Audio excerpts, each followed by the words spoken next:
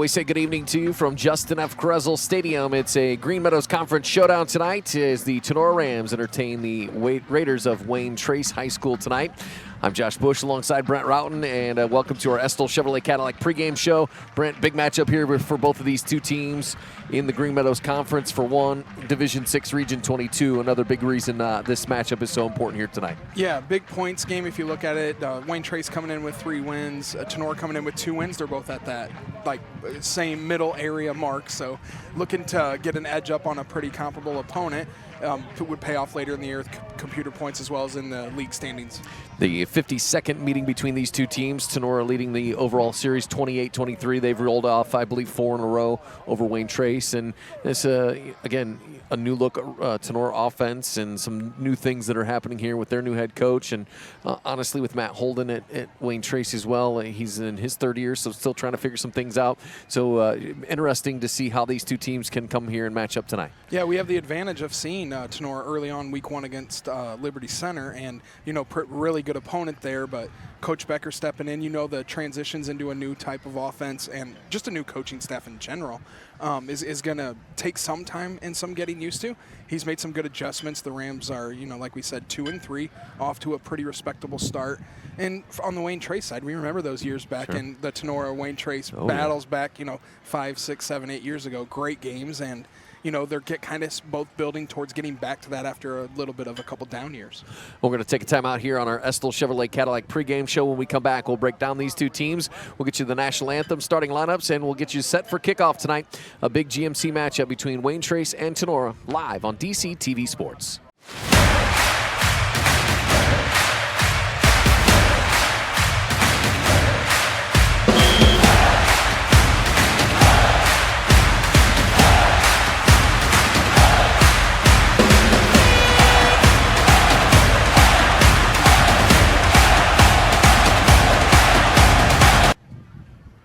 Welcome back to Tinora High School. Josh Bush, Brett Routon with you here on DC TV Sports. It's Wayne Trace and Tinora. Estill Chevrolet Cadillac pregame show rolls on. The Tinora Rams come in with a record of 2-3, 1-1 in the Green Meadows Conference for first-year head coach Eric Becker. Open up the season, we were here. A week 1 loss to Liberty Center, 35-14. Knocked off Otsego, 27-19 in week 2. Lost to Archbold, a very good Archbold team, 48-7 in week 3.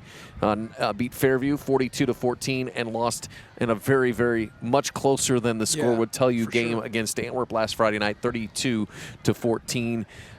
Really, if you look at that first quarter, especially against Antwerp last week, Brent, a 45-yard touchdown pass and a 98-yard pick six. Yeah. You take those off the board in that first quarter, Tinora actually outgained Antwerp, which is saying a lot because that is a high-powered offense over there in Archers. No, it is. When you see a final score of 32-14, you look at that and say, a 2.5 score game. Maybe it wasn't that close. It was a lot closer than that. And Tinora is making steps to get up to that Antwerp level. Antwerp is one of the higher-end teams this year, have been for a while, playing really good football. And to play them tough is, taking your first league loss, never a good thing, but playing a good team tough, you can build some momentum off of that and carry that into another tough matchup again this week. Well, you look at the teams that Tinora has lost to this year. Their 3 losses, their wins add up to 14-1. Right. 2 5-0s and a 4-1. Yeah. It's not like they haven't played stout competition. We saw them week 1. They held their own against Liberty Center, at least in that first half. They stuck with Antwerp. Obviously, Archbold got a little bit out of control there, but let's be honest here. You got a new offensive coordinator. You got a new offensive scheme. You're trying to do some different things here, and for you to be playing close games against teams at that level, great start for Eric Becker. I mean, if you're looking at a 2-3 record, not many coaches, fans, and players are going to feel great about a 2-3 record, but if you dissect their 2-3 record, it's pretty darn impressive. The Archbold game is the one that really sticks out as they didn't play their best game, and you know how it is you could play your best game against an Archbold team and still get beat. So for Tinora, the biggest thing is to keep building off of their successes so far, go from there, take it into the league now, and rock and roll going forward. Get our national anthem now from the Tinora Band, here presented by the Defiance Elks 147.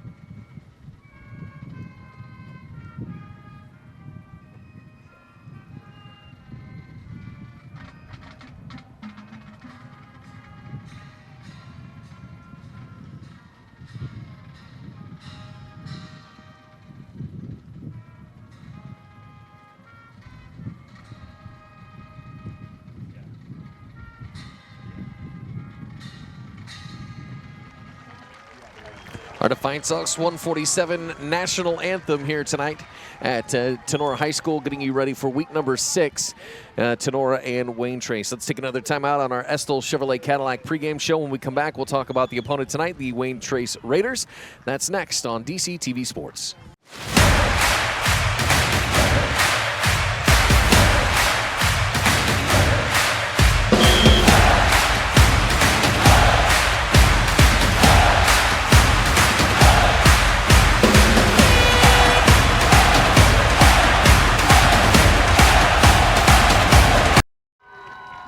And we welcome you back here as we are minutes away from kickoff at Tinora High School. Josh Bush and Brent Rotten with you, Justin F. Kressel Stadium. The opponent tonight for Tinora, the Wayne Trace Raiders. They come in with a record of 3-2, 2-0 in the Green Meadows Conference for third-year head coach Matt Holden. He has a career record at Wayne Trace, 12-14. He was the defensive coordinator at Crestview prior to coming to Wayne Trace, and you know, their defense looks pretty good. They're giving up just 19.4 points a game. Now, again, if you look at the teams they played, though, Brent, not, I guess, a little bit more of an opposite storyline than what you've seen for Tinora. The last couple of weeks, Edgerton and Hicksville, a pair of 1-4 teams. Fort Recovery to open up the season, an 0-5 team. Yep. So they did have Patrick Henry and Crestview in there. So you got a couple of teams to kind of gauge that. But they've played very, very well, and they are racking up offense left and right. Yeah, yardage hasn't been, their issue at all, and defense has been good. But like you said, the schedule, looking at previous opponents this year, there is a little bit to be desired. With the Fort Recovery game, a really good team that's 0-5, that's a good win. But, the PH, they hung with PH similar to that of Tinora, hanging with Liberty Center, and you see some comparables there. But the last 2 weeks, the wins over Hicksville, the wins over Edgerton, you're looking at teams that are in the rebuilding process, looking to get better, that are young. You love the fact that you took care of that business and that you scored points. But, at the same time, you got 3 wins. Their combined total of all three wins is just, 2 wins between them. So mixing all of that together, it's kind of the opposite of what we were seeing with Tinora. And I think it's going to come out tonight because you kind of guess, back on your heels guessing, what are we going to see? Are we going to see a big-time offense, a big, You and I talked about this earlier, and, it's like, what do we expect to see out of these two teams? And really, I don't know that you can look on paper and say that this is going to go one way or the other. No, I definitely don't. I think you're going to get the team that comes out most prepared, plays the best game, especially early on, is going to have a leg up if you can carry a lead into half, come out in the second half. So what you're saying is it's important to get off to a good start. Always important to get off to a good start, as opposed to the opposite, which is getting off to a bad start. Always better to be good. So if you can come out and get off to a good start for Tinora especially, get the ball on the ground running, be able to come off that, balance it with the passing game. Could be a fun night. Last year at Wayne Trace, Tinora winner 13-6. Not much happened in that game. 163 yards of total offense for Tinora, 87 for Wayne Trace. That's 2 trips up and down the field if you're keeping track. Yeah, it really is. Essentially. And so our pregame show tonight, thanks to Estill Chevrolet Cadillac. Make sure you go and see Bob Estill and the gang at Estill Chevrolet Cadillac on North Clinton Street in Defiance. Bob Estill, nobody beats an Estill deal, and you've got his word on it. Estill Chevrolet Cadillac, North Clinton Street in Defiance. Time for opening kickoff tonight as we are set for Wayne Trace is going to boot it away here. Tinora won the opening toss, and they will kick it off to Tinora, and the Rams will have it first to start here tonight, and it will be taken on that far sideline, and he's got a bit of a seam. And a nice big return there for Tinora. That was Braden Rostai, and the Rams will have it first down and 10.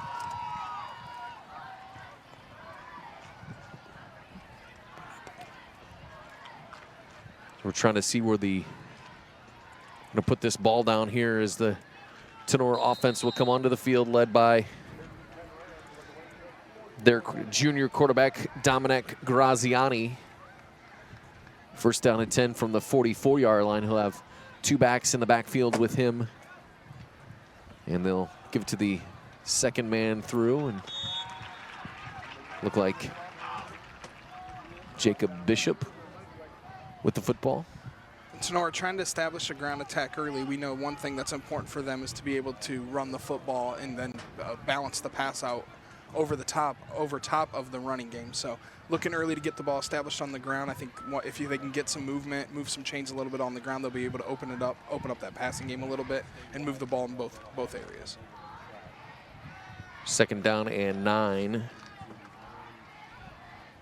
for the Rams here early on in our opening quarter, and they'll try to get to the outside. That looked like Caden Radzik with the football.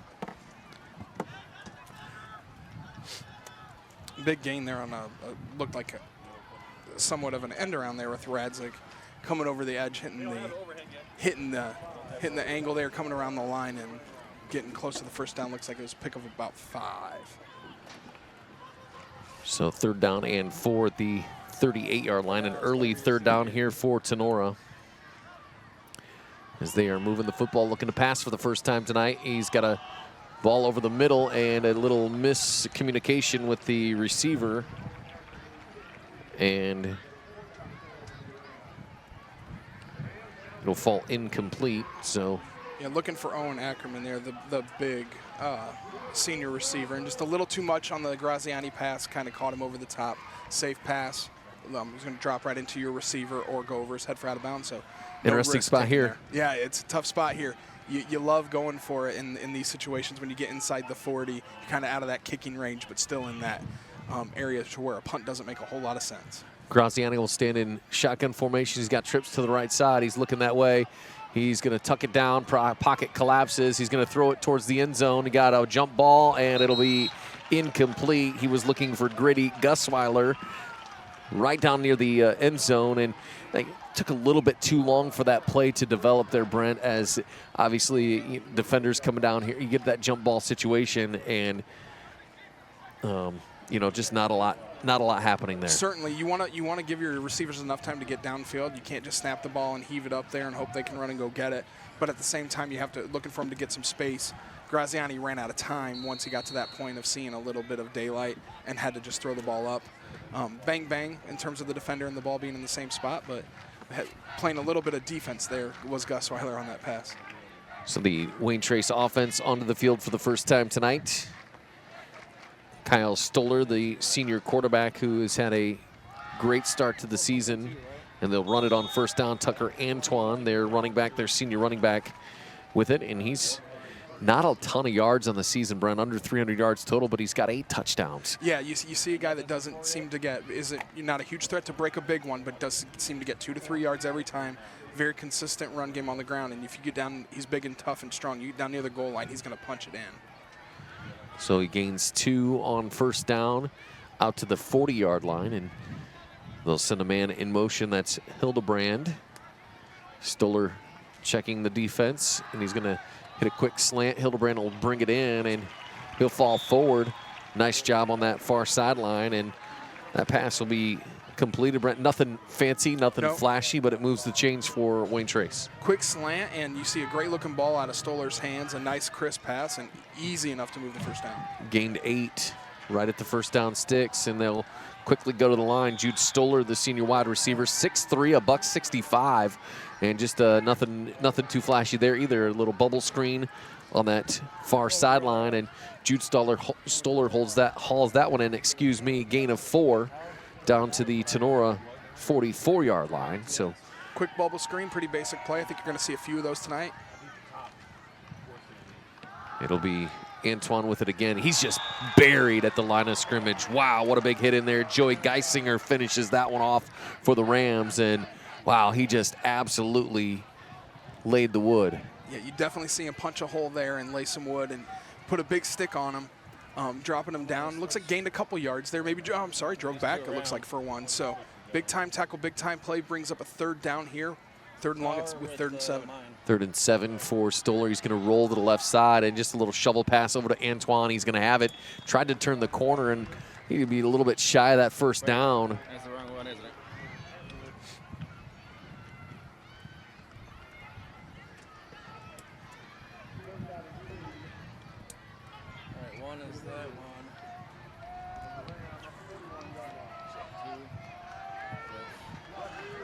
So a 4th down here, and Wayne Trace is going to take take their shot at it on 4th down and 3 at the 41-yard line. Similar to what we saw with Tinora in terms of getting into 4th and short there on that side of the field. Look at the sideline. Play clock's at 5. Trying to draw him off sides. They'll snap it, and it's just going to be a design run for Stoller. He goes up the middle. He's going to have the first down and more. He's going to be drilled. Wow. That was a hit. Big hit by Braden Rostai, but a first down run there for Stoller down to the 33-yard line. First down and 10 under 8 minutes in our opening quarter.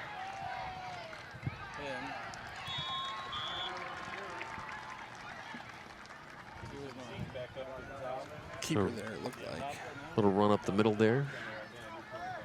Again, nothing fancy. And back to the line of scrimmage. Maybe lost a yard. Yeah, it looks like their offense so far, they've been quick hitter passes, which, you know, Stoller's got a fantastic looking pass, but they're trying to move the ball and get the little bit they can on the ground to set up the pass plays, where it looks like they have definitely some offensive firepower. Stoller back to pass. He's going to go to that near sideline and in and out of the hands of his intended receiver. He was looking for Cole Moorhead,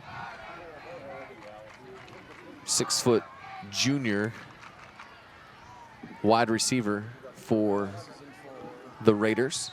Really? Not able to get his hands on the ball. No, like we said right before that, really good looking pass up a little bit. Moorhead was able to go up there and get his mittens on it, but just not able to corral it. Third down and 11 at the 34-yard line. Stoller takes the shotgun snap, looking to throw left side. Pocket collapses, and it'll be tipped and still completed. Nice job there by Moorhead once again. Cole Moorhead will haul that one in. And tell you what, tremendous concentration on that tipped ball. You could see it tipped right past the line of scrimmage, up in the air, was kind of started fluttering, and Moorhead was able to concentrate and corral it and wrap it up. Fourth down and 3, another big fourth down here already. This is our third fourth down conversion yeah, it is. in the first half of the first quarter. It'll be completed on the near side, or excuse me, on the far sideline. There's no doubt we don't need punters in this game, it looks like. That was Stoller with the reception. Check that, Brady Miller on the reception. And into the Stanball Jewelers red zone here tonight at the 18-yard line. And Stoller back to pass. He's going for it all on first down, and it'll be tipped, and it'll fall incomplete. Beautiful job back there for Tinora. Looked like Jacob Bishop got a pull on that one, and it'll fall incomplete. And well, Wayne Trace wasn't wasting any time there, Brent. Wanted 6 points on first down. Yeah, coming out throwing, they've been doing quite a bit on the drive, but, you know, second ball knocked down by Tinora. You know, it's, like we said, pretty good looking ball from Stoller, but they're getting some hands on it before it's able to get to the intended receiver. So a second down run at the 18-yard line, and nowhere to go as they'll push the pile backwards. Stoller was on the keep that time, and very well defended by Tinora. Gain of 3 as we reach the halfway point of our opening quarter. 6 minutes on the clock. Still scoreless here at third down and 7. Wayne Trace knocking on the door in the Stanball Jewelers red zone at the 15-yard line with a 3rd and 7 now. In shotgun formation again is Stoller. Back to pass. Still back to pass. Plenty of time, and now he's got Green in front of him. He's going to tuck it down and run. Gets a block. He'll go, and a penalty marker as well. He's going to, I think, go into the end zone. Found but the corner. It looks like that's probably, unless that's a Cornhusk out there, that would be a penalty marker in the area of holding, Brent. Yeah, things we typically see and talk about every week will probably come out here on the first play, as it looks like you said, it was in the area of holding. We are not quite the Cornhusk season out here yet, so definitely a flag. So it'll be holding against Wayne Trace. Wipe off the touchdown run from Stoller and back him up 10 yards. So that'll go all the way back out to the 15. That's a huge penalty. We're always kind of touch and go watching teams and where the kicking game is going to come into play. So they were sitting there 3rd and 7 at the 15 before the hold. And that's a spot where an incomplete pass or no gain there would have been a borderline field goal kick. Now they're pushed back even further, back to the 21. So 3rd down and 13 here. 21-yard line just outside the red zone. Motion man coming from the far sideline. And Stoller's back to pass. He's got Green in front of him. He's going to look to the back of the end zone. And this one will be tipped and incomplete again. Very close. And Grady Gusweiler back there to knock that one down for the Rams, and it'll be 4th down and 13 at the 21-yard line. That'd be a 38-yard. 38, yeah. 38, 39 yard. Definitely in tweener situation. So 4th and 13 here. Looks like to me they're going to keep that offense out there. I think that's you're pretty common for where we're at on the field. Big time defensive stand here for Tinora. They've been beat already twice on 4th down. So this is a big one with 13 yards this close to into the red zone. Approaching the red zone. That big stop here. Play clock was at 1, so Wayne Trace will burn their first timeout, and we'll take it with him on our Stanball Jewelers in the Stanball Jewelers red zone just outside of that. 5:18 to go here in our opening quarter. Scoreless. Back after this on DCTV Sports.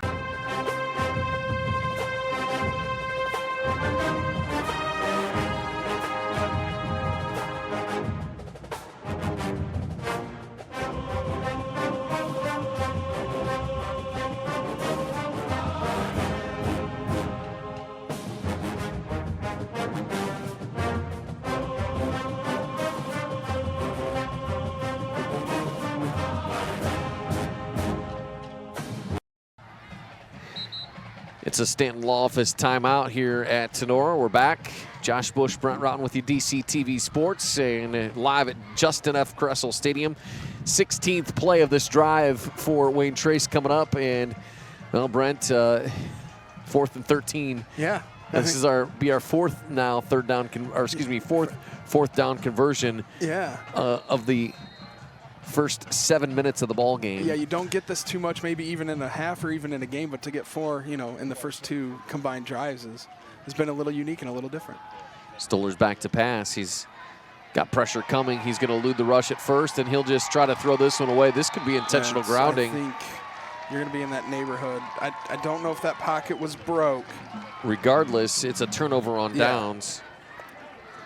And yeah, they're not going to throw intentional grounding on there. He may have broke the tackle box, but it was very borderline. All kinds of pressure there from the Tinora defense. And give credit there up front. They were able to get through, get that penetration, and get in there and force him to essentially just throw that ball away.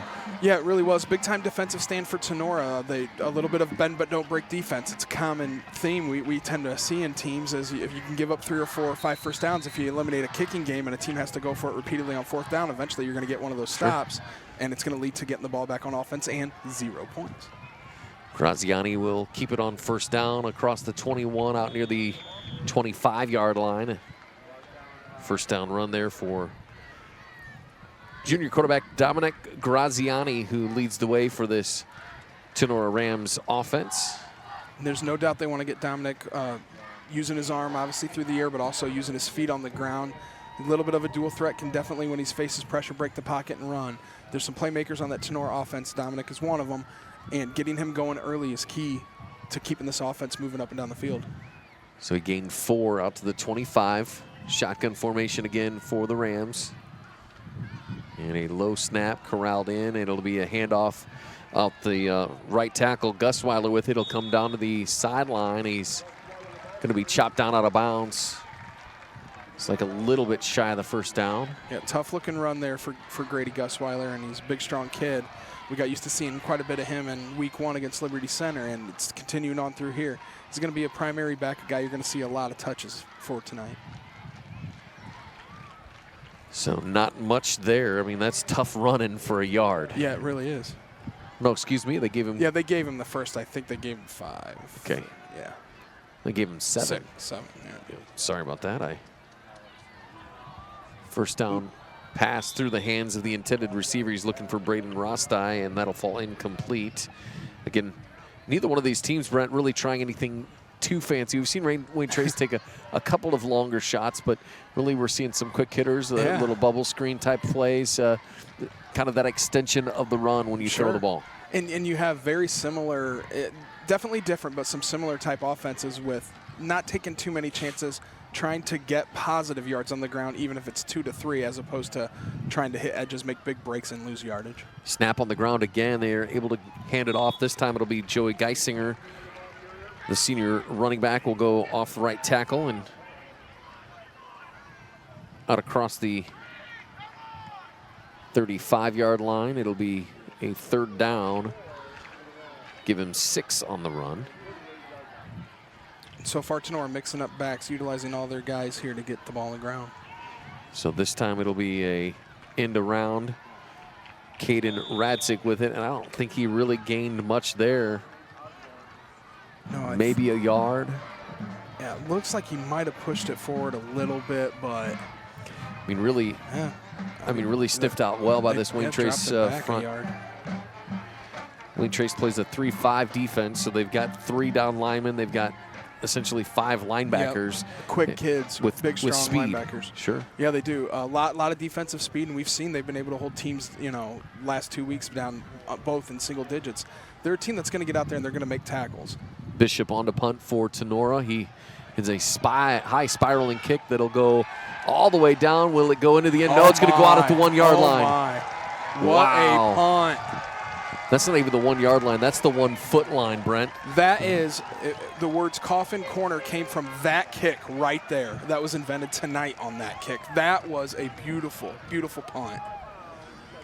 So a 52-yard punt net. I'm going to be honest, that might be the best punt I've ever seen. It was a tremendous punt.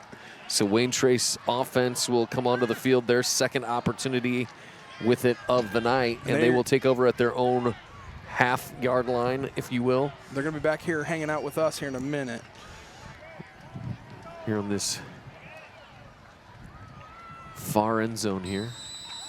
Yeah, good to have you along on DCTV Sports. A touchdown here could be some kind of record.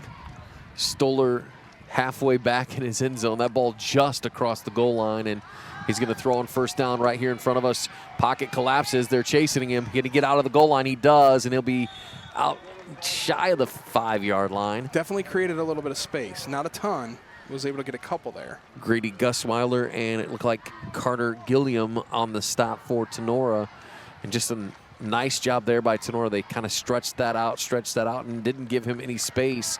They're going to get about 4 yards, or excuse me, about 3 yards on the gain, but you're still yeah, they didn't apply a ton of direct pressure, but was cutting off the angle, not allowing a whole lot of room.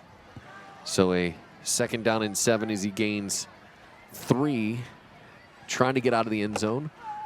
2 minutes to go in our opening quarter. A quick screen on that near sideline, and he's got grass in front of him. Does Cole Moorhead, and he's got more grass out across the 10. He'll have enough for a Wayne Trace first down. Nice catch there, just a quick screen.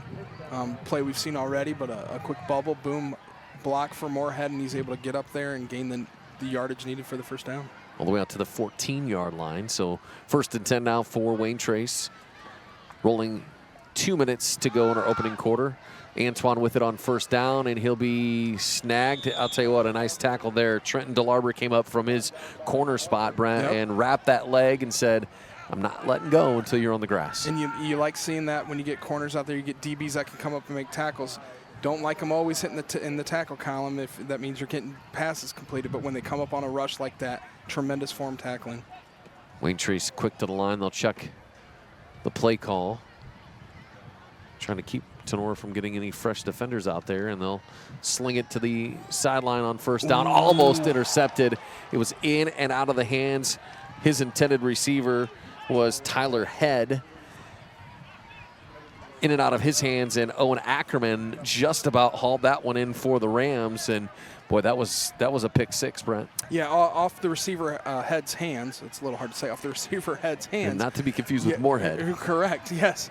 The tipped ball was, the spiral fell out there, and we were kind of jobbling all left and right. Owen Ackerman had a good look at it. He catches that ball. He's walking in the end zone. Just got to get your hands wrapped around that. That's right. Tight.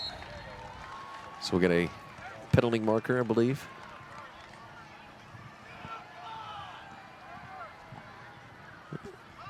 Dead ball foul here and a false start against Wayne Trace, so that'll back the Raiders up 5. Makes 3rd and 5, 3rd and 10.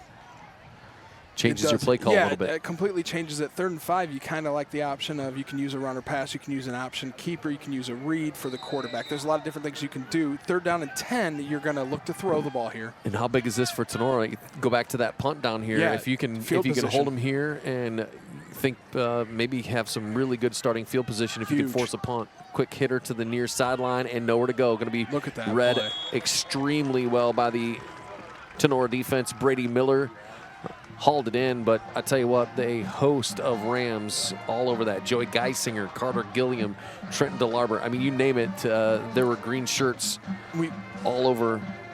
We've seen the bubble screen quite a bit, and it seems to be a play they like going to. They run it in a few different formations, but we're able to get a little bit of a bubble screen going right there.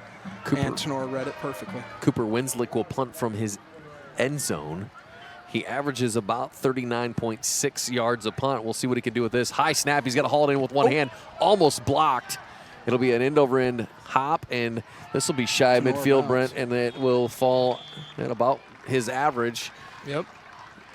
It'll be Tinora football at the Wayne Trace, I want to say about 38-yard line. Yeah, that's about spot on, like you said, with the average. Good-looking kick after a bad snap, able to get it off, nearly being blocked. Tinora bounce, helped it out there, coming back down this way a little bit, lost a little yards on the bounce, immediately down by Wayne Trace. So this is all going back to that tremendous Tinora punt, able to pin him down here, give up one first down, not let him move outside too much. 38-yard punt now sets you up in a very, very, very good spot. Graziani in shotgun formation, and he's going to fake the inside give, back to pass, pressure coming, and he just kind of throws that one at the feet of Braden Rostai. Incomplete. You're seeing Graziani, and we've noticed the development from earlier this year from last year, and you're seeing it again. Immediately saw that play was going nowhere, saw a receiver in the area, threw it right at his feet. Safe, live to survive the next day when you're down here, 2nd and 10. Beats the heck out of 2nd and 15, or going the other way. Fumble, yeah. All kinds of things could have happened there. Crazy throw. So yeah, smart move. So 2nd down and 10 for the Rams. Direct snap this time to Grady Gussweiler, who'll go off left tackle and just run it down. Definitely was able to get a couple there, not a ton. Might have been the final play of our first quarter. So. I feel like maybe the Rams will be content going into the second period this way, and they will. Yep. We've played one quarter here at Justin F. Kressel Stadium. It's scoreless. Wayne Trace 0, Tinora 0. You're watching high school football on DC TV Sports.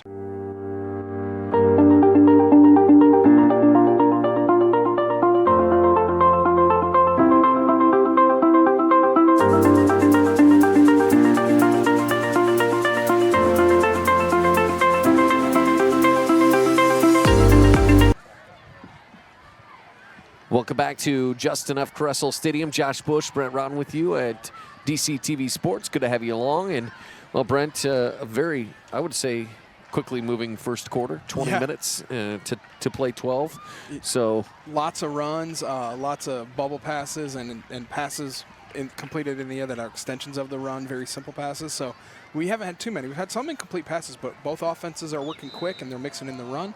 And we are knocking plays out. I know Trace had that very long drive that didn't lead to any points early on. But yeah, you get the long drive, don't get anything out of it. Tinora puts together a little bit. Yep. And then an absolutely just booming punt from Jacob Bishop pinned Wayne Trace back. Now we kind of flip it over, and we talked about this. Field position could be your friend here. Tinora obviously needs to do something with what they've created out of kind of working the situation. It all comes back to that bend but don't break. They gave up a ton of yardage on the first possession defensively. We're able to get the stop, get out with points, move a couple first downs up the field, and then pin them deep. They've played that game, that aspect of the game, tremendously well so far. So we're sorting some things out here with the officials, making sure the ball's spotted in the correct location. 3rd down and 6 to open up the second quarter here at the Wayne Trace 34-yard line. Good to have you along here. If you're watching Machos or the Elks tonight, we're excited to have you. Graziani looking to pass. He's going to go across the middle. He's got a receiver in the end zone, and it'll be a touchdown. 34-yard touchdown. And he found a wide-open Owen Ackerman. Beautiful-looking touchdown pass. And just like that, Tinora will open up the quarter with a 34-yard touchdown pass. 6 seconds into the second quarter. No points in the first quarter and 6 and 6 seconds. Bishop will be on for the point after here. Snap is high. Graziani gets it down. Kick is on the way and right down the middle. So the point after is good. Rams strike first here. 11:54 to go. Second quarter. It's 7-0 Tinora. We're back after this on DCTV Sports.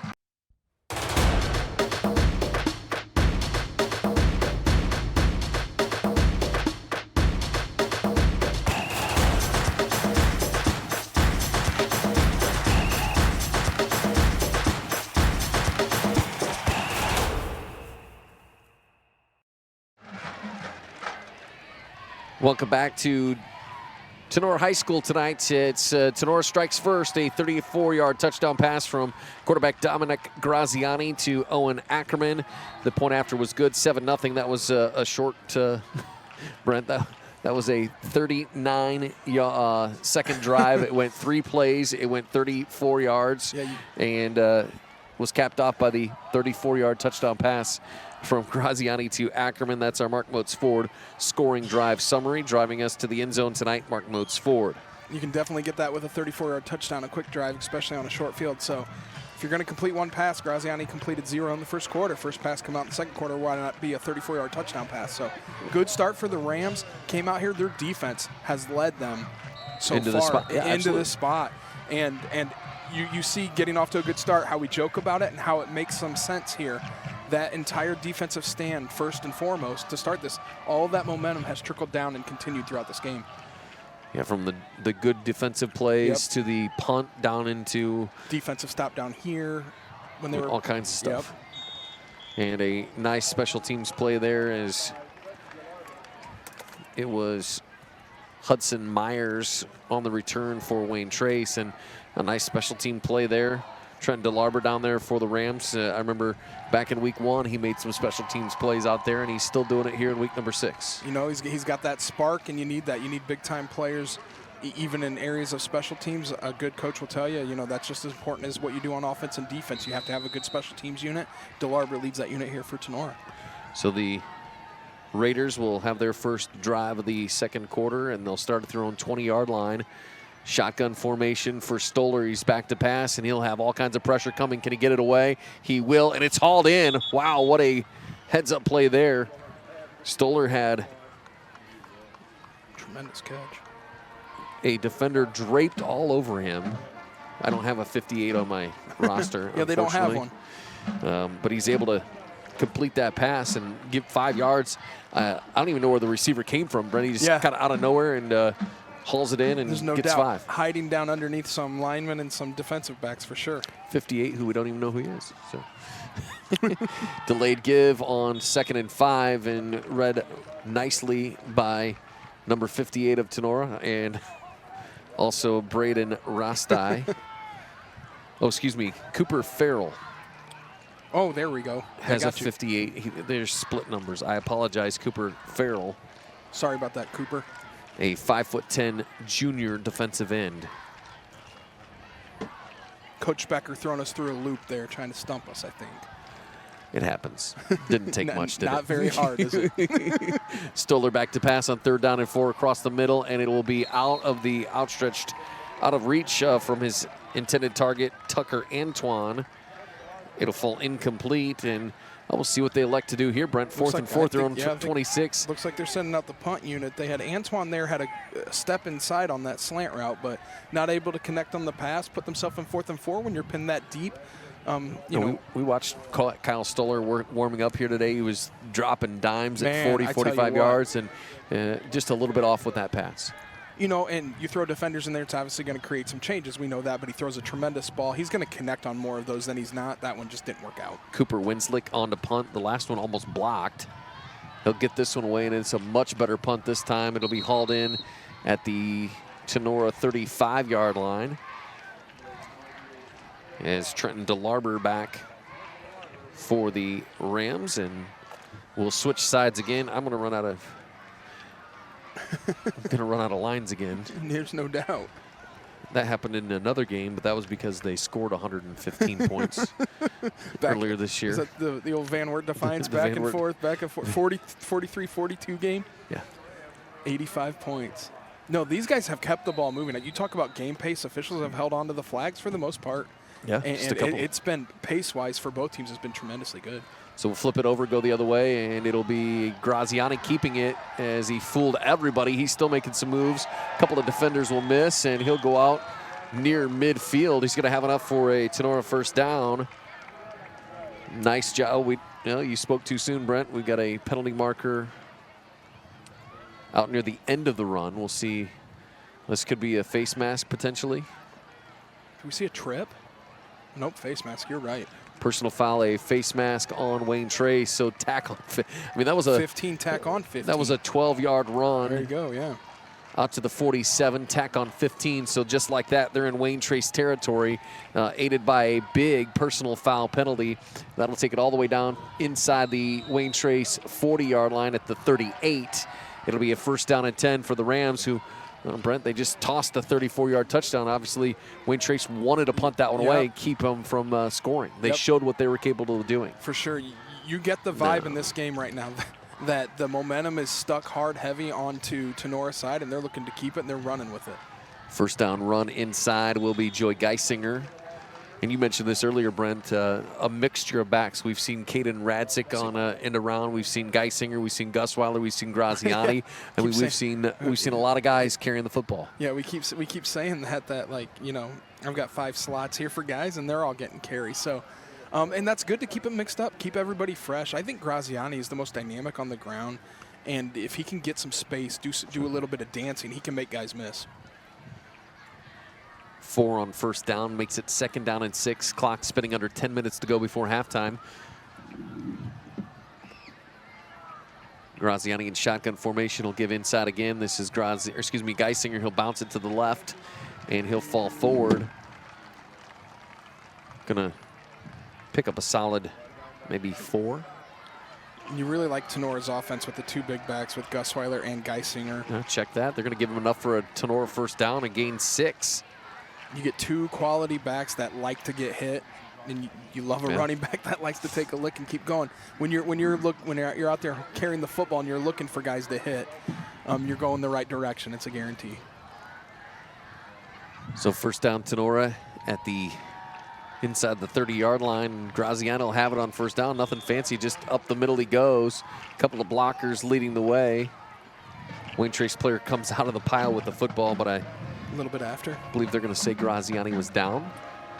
And Graziani just there, Dominic taking his couple yards. You know, he saw a soft spot ball snapped to him, said I can pick up 3 to 4 here. It's going to make the second down a little more manageable, and jumped up and grabbed a few yards. Nothing pretty, nothing, you know, special about that play other than a good football play, a good way to set up the following play. So the ball's down at the 24-yard line, and it'll be a 2nd down and I believe about 6. Yeah, I was going to say 5 or 6. Graziani in shotgun formation here, and they'll hand it to the second man through, and tripped up as he went through the line. That was Joey Geisinger with it, and nice job by the Wayne Trace Raiders there. And not fooled, number 1, Noah Parody on that defensive line. No, not fooled at all. Get a no couple Parody yards. there. No, not at all. Noah Parody. Noah get Parody. It? No, I get it. Only a yard there, but you know, Josh, you already know I'm a fan of parity in any league sport. You know, you get that parity, you get them evenly matched teams. It's fun to watch. It's kind of like what we're dealing with here tonight. Absolutely. Nobody likes a 60-0 game. We love good, rock solid, even teams. Graziani's going to throw it, and he'll go across the middle. He's got a wide open receiver. Caden Radzik will take it down. He's dragging defenders near the goal line. He's going to have enough for a first down. Will it be a touchdown? They're going to say that's probably as close as he was with the punt down out of bounds over here. There's no doubt. It looked like a gain of 22, needed 23, might have got 22 and a half. I mean, that football is a week from tomorrow. Always a good time at Ribfest. Ensuing return, Jude Stoller, on the return for Wayne Trace, and the Raiders will have it here. 7:20 to go. And we're not quite in the danger zone for Wayne Trace here. They will get the ball coming out in the second half, sure. But if failure to put together some points here and allow another score does get you in that 21 point range where sure. You can be in the danger zone. You get down 3 scores with a half of football, you got to play about flawless to be able to come back and win those types of games. So Stoller will have it. They'll have first down and 10 at their own 22-yard line. Shotgun, and he'll look to pass on first down. All kinds of pressure. He's going to be spins out of the pocket. Well, I thought he was going to be hit in the back, and he's still being chased. It was Dylan Hildebrand. Yeah, you definitely see with Wayne Trace, when they get moving and get their flow, their offense is very high-powered, and they've ran into a little bit of a bust off of the Tinora defense, but we're back in that bend but don't break scenario where Wayne Trace has been able to get some yards and move the ball downfield. It's a matter of, are they going to be able to convert that into points or not? Third down and 10 now for Wayne Trace, the 47 of Tinora. Shotgun formation. Stoller back to pass all kinds of time, just a three-man rush. Pocket collapses. He's got Green in front of him. He'll tuck it down and run. He'll be hit and dropped. Is he going to have enough for the first down? It's going to be close. Very close. It depends on the spot. Stoller is a big kid. Owen Ackerman came up from his safety spot and tried to wrap him up. We'll see where they put it down at. Not as close to the first down. He kind of fell forward quite a bit there. I was fooled. So it's going to be 4th down and 5 at the 32-yard line. Yeah, I was looking more our angle. It felt a little bit closer than that, but 4th and 5 still doable. You're right in that position where they comfortably converted early in the game. It'd be a 48-yard field goal, so probably out of the range. Stoller back to pass across the middle. He's got a wide open receiver. It'll be enough for the first down. That was Dylan Hildebrand. And just a missed assignment there really for Tinora. Hildebrand came, nothing fancy, just a simple slant route and nobody home for the Rambos. Yeah, right there. Wide open and right there was Hildebrand, and nice easy pass from Stoller, easy conversion, pick up the first down. Into our Stanball Jewelers red zone here tonight at the 17. They're looking for the end zone on first down, and yep, we're going to have pass interference here. So. Trenton DeLarber tried to hide it, but he yanked the back of the jersey. Dylan Hildebrand was the receiver in this corner, so it'll fall incomplete. And he's still down. Yeah, a little slow to get up here for Hildebrand. It almost looked like a little bit of a tug on the back of the jersey and kind of throwing him kind of down on the ground, maybe hit his head a little bit. I don't know. Yeah, I'm not sure there. I tell you what, Wayne Trace has some big receivers. They got some good-sized kids. And when they get, even with their closely covered, they can create a little bit of space by bumping a little bit. Defensively for DeLarber, they're holding down a little bit too much on the backside. You're going to get flagged on that most of the time. Clear call, especially in the end zone. They're going to call that there. So it's going to bring them up to about the 2-yard line, I believe. Nope, that'll be half the distance. Oh, that's right. We're inside there. So yeah. Inside the Stanball Jewelers red zone. 9-10. Yep. So it'll be at the 8.5 officially what it would be, but the 9-yard line here, first down and goal now for Wayne Trace. After the penalty, 4:14 to go, they trail 14-0. Touchdown would be huge here for momentum for Wayne Trace. Remember, they get the second half kickoff as well.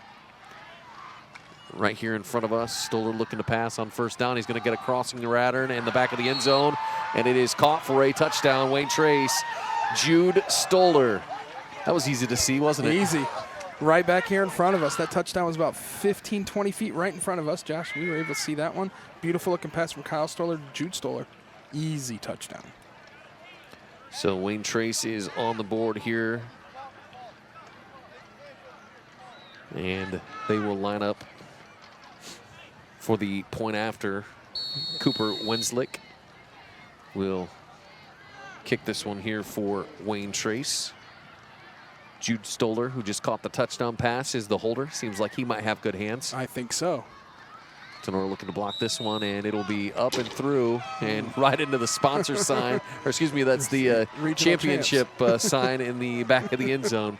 So the PAT is good, and Wayne Trace cuts the Tinora lead. 4:09 to go before halftime. It's Tinora 14. Wayne Trace 7. We're back after this on DC TV Sports.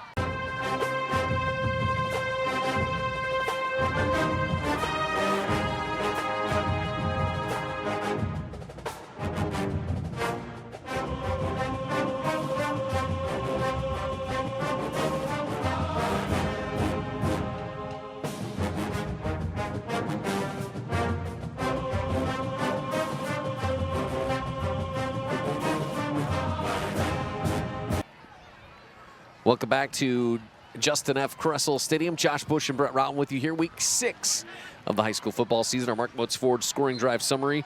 That drive went 13 plays in 3 minutes and 11 seconds, 78 yards for the Wayne Trace Raiders, capped off by a 9-yard touchdown pass from quarterback Kyle Stoller to wide receiver Jude Stoller. And the point after was good. 14-7, our Mark Motes Ford scoring drive summary. And Brent, that was a huge possession for Wayne Trace. Wayne Trace has had these 2 lengthy drives where they've not eaten a ton of clock, but they've ran a ton of plays. First one, Tinora got the stop deep in their own zone. This one, the penalty in the end zone on the pass interference, pushed it a little closer, allowed for an easy touchdown. And here we are at 14-7. Now Trace looking to get a stop here and get into halftime. Kale Winans will kick this one for Wayne Trace. It'll be one of the up men who's got it, and he'll get across the 30 to the 40. It's a good return there. Big return. Broke a couple tackles there, was able to Grady Gusweiler. Maybe 12 to 15 yards there additional after being hit. We call that yak, right? I believe yeah. That's the correct term. So Grady Gusweiler on the return for Tinora, and the Rams will have decent field position here, Brent, with 4:01 to go. They still got all 3 timeouts. When you've got 3 timeouts, you got 4 minutes. You got a mobile quarterback and a quarterback that can throw the ball. You've got wide open plays here. You got plenty of time to get down there, and if you can find 3 points, more importantly, if you could find 7, would be huge. First down at 10 at their own 42-yard line. First man through will be Gusweiler. He's got all kinds of room into Wayne Trace territory, and maybe a face mask at the end of this one too. We'll see. Official right on top of it didn't immediately throw a flag, so I think we're going to let that one go. He signaled first down. Yep. At least he got that part of it. All the way to big first down run. All the way into Wayne Trace territory. 18 yards on first down there for Grady Gusweiler, who he said, well, I didn't get quite far enough on that on the kickoff return. Might as well tack definitely on 18. Not tired, I guess, right? First and 10 now, 3:30 and rolling here before halftime. Graziani will take the snap. He'll give it, nope, he fakes it inside. He's going to keep it himself. Goes off to the right side. He's going to just dive forward a little bit. Definitely was able to get positive yards there. Doesn't look like a whole lot. Might have picked up, what, 4? I'm going to say 4 is probably about correct. 36-yard line now for the Rams. Second down and 6. Again, clock spinning here at 3 minutes, Brent, but 3 timeouts, you probably would be okay running this down into 30, 40 seconds before you score. Yeah, we not give Wayne, that pace we've seen from them, especially in this second quarter. You don't want to give them too much time. For sure, absolutely. We've seen Wayne Trace be able to go right up and down the field. So Gusweiler with it, second down and 6, and Pyle will push forward for, I don't know, maybe 3, 4 yards. Getting positive yards every play, and that's the name of the game for Tinora. If you can keep that ball going forward, dynamic quarterback, you're one big play away every time. Got a helmet come off, so the Wayne Trace players will have to check out for a play. Caleb Mosier, their big defensive lineman, and I do mean big defensive lineman. 6'5", 240. We got to run the football if he's out of the game, don't we? I would think so. Maybe they'll pass. Third and 4 to 34. They've got a 34-yard touchdown pass already tonight. Did they dial up the same play? Graziani back to pass. Pressure coming. He's got to get rid of it. He does. He's looking for the end zone, and he'll have a touchdown. Oh, my. What a catch there by Owen Ackerman. My. Second 34-yard touchdown of the game. Same receiver. Same everything. Play. Wow. Unbelievable. One of us called that right before it happened. That is crazy. How about that? A beautiful pass from Graziani to Ackerman. Once again, 34 yards. And the Rams answer as Jacob Bishop comes on for the point after. Graziani will hold. Snaps down, kick is on the way, and the kick is good. So the Rams will answer, and, well, Brent, it didn't take long. They march right down the field, and they get a 34-yard touchdown pass from Graziani to Ackerman, and it's now 21 points for Tinora, 7 for Wayne Trace. Minute 52 to go before halftime. We'll be back after this on DCTV Sports.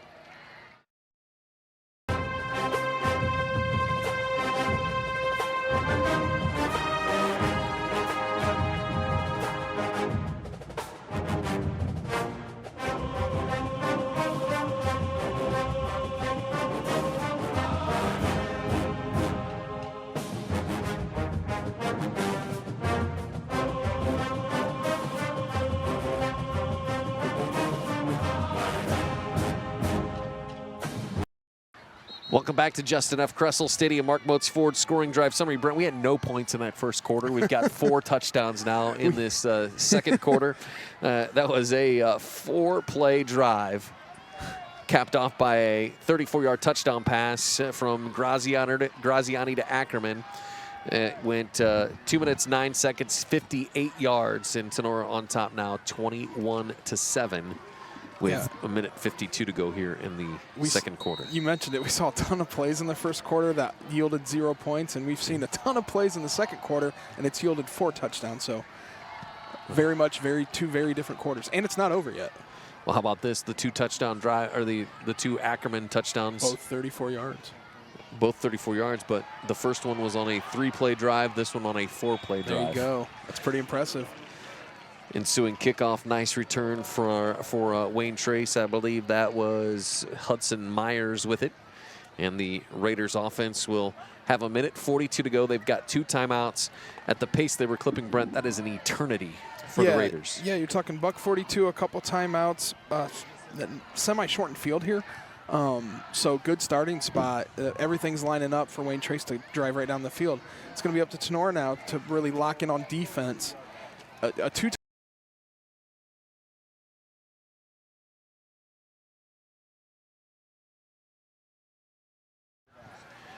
Welcome back to Justin F. Kressel Stadium out of the Kristen Stanton Attorney at Law timeout. 21-7, Tinora on top of Wayne Trace. It's a first out of 10 at the 21. Brent, if you do anything here, they just burnt their last time out. If you do anything here, it's got to be quick to the end zone. Hopefully, you get it to fall incomplete.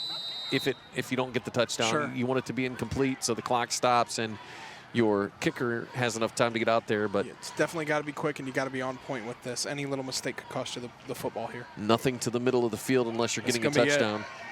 Yep, and they will take their time with it here, and they're just going to let this play develop. There will be all or nothing. He's coming back to the back corner of the end zone, and the ball will go up, and it'll be out of the back corner of the end zone. It'll fall incomplete, and the first quarter will come to an end just like that. Welcome to our Midwest Community Federal Credit Union halftime show. On the halftime scoreboard tonight, Tinora 21 and Wayne Trace 7. Brent, as we look at the scoring in that first half here tonight, nothing in the first quarter whatsoever, but the Tinora Rams didn't take much time to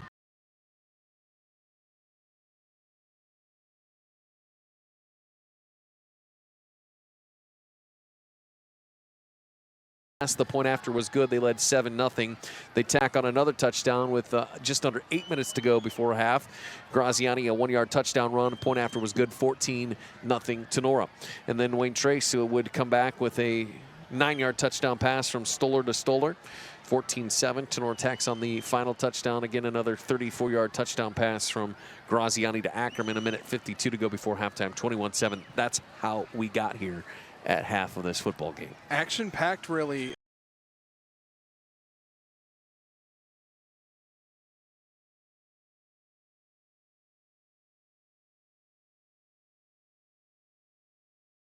Graziani's completed 3 passes, yet is approaching 100 yards passing, and he's only completed 3 passes. 2 of them for touchdowns. Yeah, and where you look at the other side, where Stoller has thrown the ball 24 times for 134 yards, it's just there's not dramatic differences in the total numbers, but how they've gotten there have been way different. You've seen Tinora really dominate the line of scrimmage, but then there's been times offensively where they run into a little bit of a stumble, to where Wayne Trace seems to get yards at will. It's just finishing off those plays has been a little bit of a challenge. You said it earlier, bend, not break. That's been that has been the Tinora defense tonight. They've given up the yards. They've given, I mean, the one drive for Wayne Trace, 16, 17, 18 plays. 0 points. 0 points out of it. Yep. And a couple of decent, and I would say decent, a couple of really good special teams plays from Tinora tonight as well, and kind of shifting field position.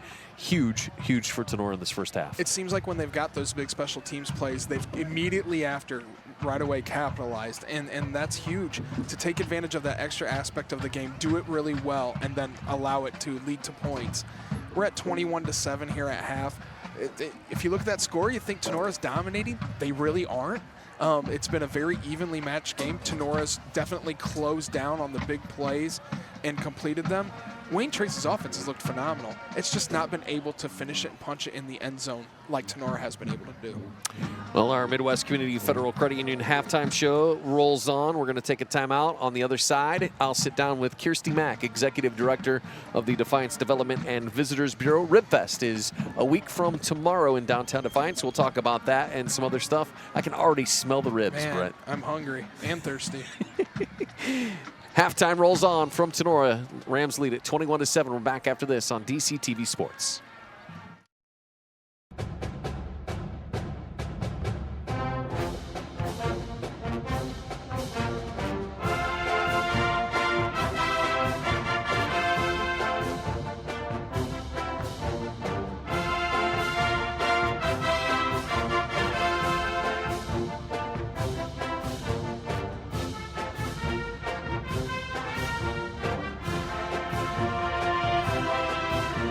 DCTV Sports, it's halftime as Wayne Trace and Tinora doing battle this week.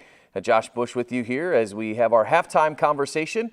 Joining me this week is Kirsty Mack, the director of the Defiance Development and Visitors Bureau. I'm used to just calling it the DDVB. And everybody is, it's fine. Great to see you. You too. Thank you so much for having me, Josh. I appreciate it. I was going to say it's a busy time of year for you, but I think that probably is about year-round. Yeah, I definitely think we're at that point. It's just always happening that way, so we're good. So before we get in, we're going to talk Ribfest in a little bit, but before we get into that, Defiance Development and Visitors Bureau, what, now I'm going to put you on the spot here a little bit. I don't want the rehearsed version of this. Oh boy, okay. In your own words, to you, what is the DDVB and what does it mean to this community? So a lot of what we do as an organization is we promote the community. So hopefully we're finding those hidden gems or those treasures that you all claim are your favorite pieces of the community, and we promote those. We do events, we do activities, and we work with community partners to make really our area the best that it can be. That's our biggest mission. One of our main focal points is the downtown district in Defiance, and things have changed a lot over the last 17 years that the organization has been here. So I'm just very proud to be a part of it, proud of the team that we have, proud of our board members. One of. It's just a really fun organization. We have an absolute blast, and we love making a difference for our community and those who live here and have lived here and maybe will live here. Well, one of the big events of the year, obviously, as you've told us many times, an event that takes longer than a year to plan. It does. Ribfest is right around the corner, a week next to Saturday. Yep. So we're looking forward to that. I cannot believe the 16th annual Ribfest. I remember when the first conversation happened before you, another Mac, Cindy came and said, we're going to do this. And I'm like, okay, that's kind of cool. And for me, watching the transition from year 1 to now year 16, this event is not just for the Defiance community, but surrounding communities. We get people from out of state that come in, and it really is just a day. For some people too, it's like a homecoming, a reunion type of thing. But a big day planned for Ribfest this year. There is, and you're right, Josh. We say it takes about 18 months to plan each event. Sometimes takes a little bit longer. Finding the right talent is always really important for this event because we feel like it's one of the major draws, not the only one, but one of them. So making sure that we can secure those entertainment pieces early enough is really important to the success of the event. And it also takes a little bit off of us. And we'll say 2024's event, headliner is already booked. Look at you. So just kind of as a general point of we're not just working on this event, the week before it happens. We didn't just start working on it this past week. We've been working on it. No, we haven't. We've been working on it for quite some time. The way this event has turned into, like you said, the homecoming piece is probably one of our favorite parts. We hear all the time, this is the weekend that people plan to come home. Yeah. And, they aren't necessarily coming home for the football homecoming game or for other activities going on. They're planning their class reunions.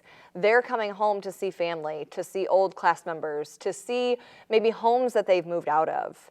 they choose this weekend and they surround it around this event. And it's an honor to be one of the reasons that they choose to come home, but it also gives us that like piece of joy when we hear how many people say, oh yeah, I remember like RibFest is on this weekend, we're all coming home that weekend. Well, you mentioned entertainment a little bit. Let's start there. Obviously, we get a great headliner, but the opening bands this year took a different spin and kind of a cool spin to really infuse local talent into RibFest.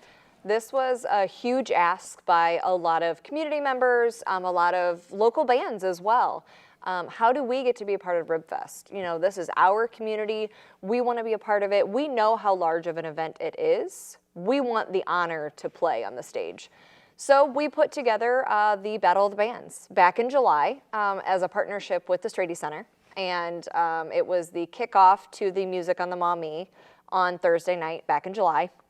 The success was overwhelming. I think we had over 800 people attend that night and listen to 9 different bands perform. All of those bands were from the 6-county area. So really the real Northwest Ohio area. You know, we did not extend over to Toledo or Lima or Findlay. We really focused on those 6 counties, which was huge for everybody. Well, that got narrowed down, and we've got 3 bands that will be performing ahead of our headliner. We do. They're amazing. The talent that they're bringing to this event is awesome. So we have our third place band is Vinyl on Tap. They're from Swanton. So super, super cool. Sure. Second place was Zach Tyler Stevens Band. They're from right here in Defiance.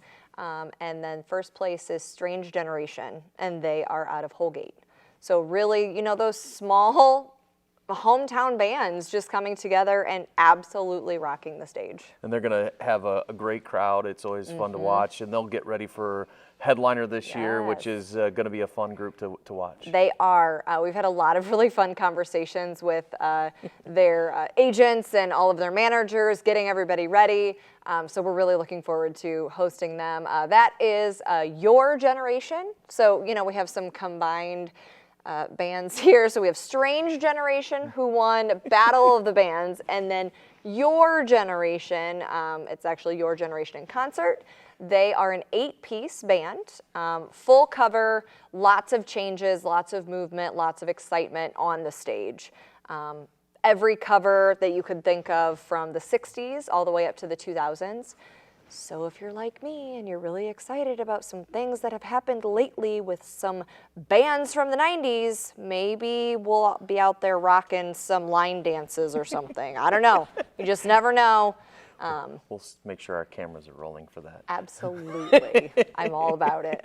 Well, of course, RibFest wouldn't be RibFest without, well, ribs, Correct. Obviously. And that's always been a cool piece to this because, again, when it comes to local, we've got local groups again this year that are going to be providing ribs. And it's always a joy to, you walk downtown and the smell is just like, you're like, oh, I guess it's RibFest day.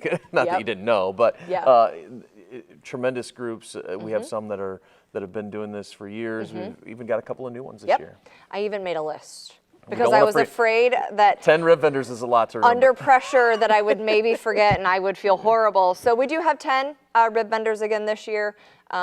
Like you said, from all walks of different types of barbecue, which is super exciting. So we have Defiance Fire and Jewel Fire both returning this year. Sweetwater Chop House coming back. Sweetwater and Jewel took all of the awards last year, and so I feel like all these other vendors are coming in ready to knock them off their pedestals a little bit. Dos Equis is returning for another year. Drop Zone Pizzeria is returning. Wicked Witches Barbecue, they're the really big purple truck. Jacob's Meats, who has been a huge supporter of this event since year 1. And then we're bringing back one from some past years, Bulldog Barbecue. And then we have 2 new ones coming in, Fat Pig Smokehouse out of Hicksville, and then Seasoned Mobile Grill out of the Defiance area. So we're really excited. Lots of food to choose from. In addition to that, I know there's usually some ice cream and some other things down there. Plenty of food to enjoy and the musical entertainment. Just a great day and evening in downtown Defiance. It really is. You can come on in. You know, admission fees are $10 for anybody between the ages of 11 and 64. And then under 10 and over 65 are free admission. So come on in, come join us. There will be beverages to enjoy for those of you over the age of 21 who choose to indulge. Then there's, like you said, so much food. The entertainment will be off the charts. This is, I mean, going to be an amazing year. Really excited to hear those Battle of the Bands winners all over again, and get to hang out with the Your Generation guys. And like you mentioned, the smell is incredible, starting at about 7 a.m.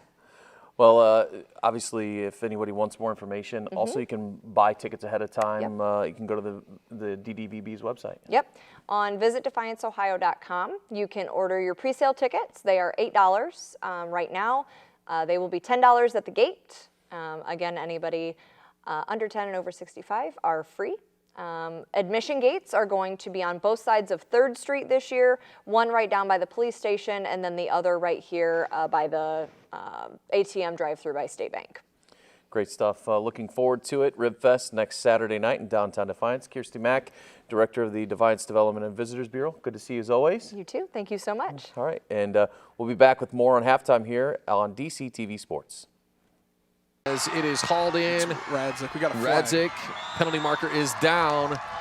And that's going to be probably after the interception. It looked like on the... It was a hit. It was a blindside hit. A big-time hit. Big-time hit on the return, but Radzik for Tinora will come out of there with that one. And was it Radzik or Ackerman? It was two. My bad. That is Ackerman. Ackerman. Oh, yes. Yeah, excuse me. Correct. Oh, and Ackerman That's my bad. having a huge game big, tonight. Big night. So he'll intercept the pass from Stoller. Now this one's going to back up. High jump champion last year, state high jump champion. Well, he's 6'3", so he's got an advantage already. And he can get up. It's a good skill set to have for a wide receiver, huh? Ball hawking DB. So our first turnover of the game, Brent, we had no turnovers in that first half at all. Wayne Trace will commit the first one here early in the second half. Incredibly clean, really. The penalties were a little bit sideways for Wayne Trace, but incredibly clean on the turnover side. And I know Trace had some issues this year with that, but decent looking pass there. Just Ackerman went up and got it. It hung in the air big time. You got a little wind pushing against the ball. I think it might have held it up a second. Nice return. They did get booped on that penalty. So that'll back them up a little bit. But, you know, to the point here, Brent, the return of the getting the second half kickoff negated here by the interception. Very much. Yeah, I mean, when you go out there, run a couple plays, and boom, goes right back to Tinora. I mean, they're in position here. I wonder if we're going to see Tinora just grind it out here and start rolling that clock as much as they can. Well, let's be honest, that first half didn't exactly take forever. And you know that, but Trace running 3-1 in terms of 3 times more plays is kind of insane for having, you know, 3 times as many points for Tinora. So Tinora, you know, it's the big plays that have really really been big for Tinora tonight. Graziani's just going to keep this one on his right. He'll go all around tackle and he'll be spun down. Not much there, maybe a yard. And I get the feeling that they're going to vibe out this run in the football. Try to keep the defense on the, it's a whole vibe. On the side. It's a vibe. Keep the defense on the sidelines, and you know, the longer you have that lead, the more that clock runs off your offenses out there on the field. You've got to feel good about it. Coach Becker, they've done a good job. They played very fundamentally sound football tonight. Tinora has. That penalty was the first. I go back to my one. conversation with Matt Holden earlier this week. He said defensively being out of position in big plays has killed them so far this year, and it has done so here tonight. And you can see it. I mean, it's the difference. Graziani back to pass. He's got a receiver over the middle, and he overshoots. He was looking for Ackerman again, not 34 yards for a touchdown. No. Yeah, 47 there, or roughly? 53. 53, yeah. Needed to get that down to about the 34-yard line. That pass would have been perfect. So looks like it's going to be a 3-and-out here for Tinora, and this is only their second punt of the night. Yeah, not a whole lot of ugly offense tonight for Tinora. They've been able to they've only points. run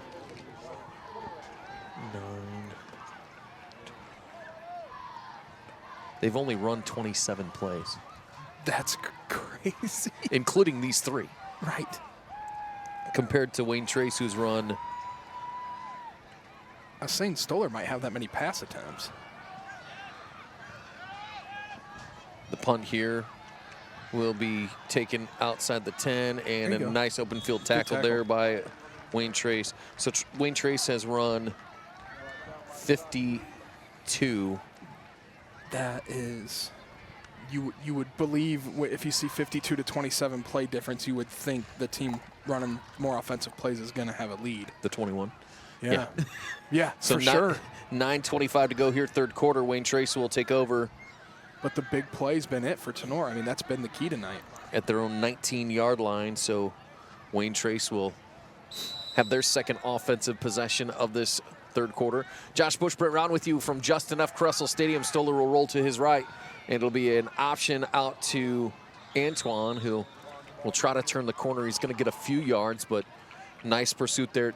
Again, this Tinora defense, I'll tell you, Brent, they've really attacked very, very well. They've used their speed. And in that play, for that in that instance, Brent, they stretched that play, and before you just run out of room. It eliminates a big play potential. You're going to give up a few yards, but it eliminates the ability. You have to go around the tackler there. If you keep the guy in front of you and make the tackle, or in this case, push him out of bounds, no big plays allowed. So Stoller will roll to his left. He's going to throw this time, and his receiver not able to haul it in. He was looking for Hildebrand. It'll fall incomplete, and I don't know if it's maybe coming off the interception, but this Wayne Trace offense almost looks out of sync on this first couple of plays of this drive. A little stagnant. They're getting a little bit of pressure on the quarterback, but overall they haven't sent too many in terms of numbers on the pass rush. Stoller's had the ability to move around and get some good looks. It's just been the coverage has been like glue in the secondary. It's been linebackers, it's been safeties coming up, helping the corners. And I tell you what, they're just not giving a whole lot of space if it isn't initially right at the line of scrimmage. 3rd and 5 here at the 24-yard line for Wayne Trace, and Raiders will pass. Stoller, pocket collapses. He'll push out to the left. He's going to be hit. No, he spins away from the defender, makes more time. He's got a wide open receiver on the sideline, and he stepped out of bounds. It'll be hauled in by Cole Moorhead. It'll be enough for a first down. And, well, again, that's what you get with Kyle Stoller. Not only does he have a really, really strong and very accurate arm, he's able to make things happen with his feet. In that instance, it wasn't necessarily running the ball. It was spinning away from a defender, giving himself more time, allowing the receivers to get open and finding somebody down the field. Yeah, it definitely was. And you could tell he can do that, and he's cool under pressure. He just kind of tosses this one over the head of Antoine. A lot of pressure. And you said it too, Brent. Tenora's only bringing 3, maybe 4 guys at the line. You're seeing 3 and 4 on almost every play. They had one play early in the game where they sent an extra linebacker, but it's been a pretty passive pass rush. And they're still able to get there and at least create a little bit of havoc. And I think that's been the difference for them, is to have the deep numbers in the secondary while still applying pressure. When you can do that with 3 guys, you know you're winning the battle up front. And right there's the way to defend it right there. And that's offense. That play right there. You took the words out of my mouth. If you're seeing that 3, you get a 5-on-3 with your front line. Draw all day. Got to start running the football and force Tinora to put more guys in the box. If you've got 3-4 in the box like that, and you can run, you can come back and how it draws. You look past for a moment, boom, everybody starts backing up on their feet. Now, you got a guaranteed 4 to 6 yards almost every play if you can accomplish that. So 3rd down and 4 at the 44, and they'll set up a screen here for Antoine. It was set up beautifully by Wayne Trace, and a nice, solid tackle. You are right there, Brent, as I believe that was Rostai coming up from his, nope, check that. 24 on the tackle. Josh Lieb. But I believe that'll be enough for a Wayne Trace first down. They'll run the option. Stoller will keep it this time. He's going to be hit in the backfield, and he'll just go down. Nice heads-up play there. And they keep applying pressure. Alex Homeyer for Tinora gets through. And, Brent, we talked about how quickly Wayne Trace runs plays. I mean, this will be the 9th play of this drive already. That's nuts. They don't take much off the game clock. Obviously don't take much off the play clock. So running quick plays like that, they're putting lengthy drives together. They're doing it by getting 2, 3, 4, 6 yards at a clip. Back to pass again is Stoller. 3-man rush. 3-man rush. All kinds of time. He'll be flushed out to his right. He's got some green in front of him, and he'll be forced out of bounds.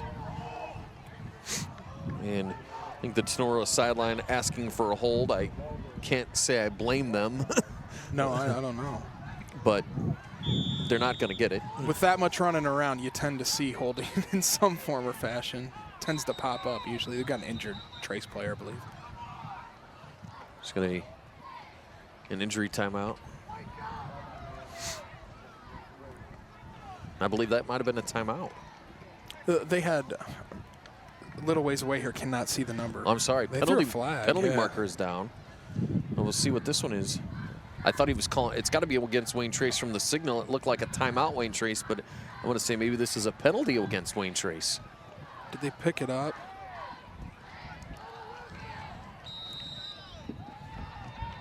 Yeah. So they're going to. They're winding the clock here. At least the play clock. So they picked up the penalty flag. Yeah, they definitely threw a flag, but did not call a penalty. So it'll be a 3rd down and 8 now at the Tinora 49-yard line. They're just inside Ram territory. They need to get to the 41-yard line. The line to gain.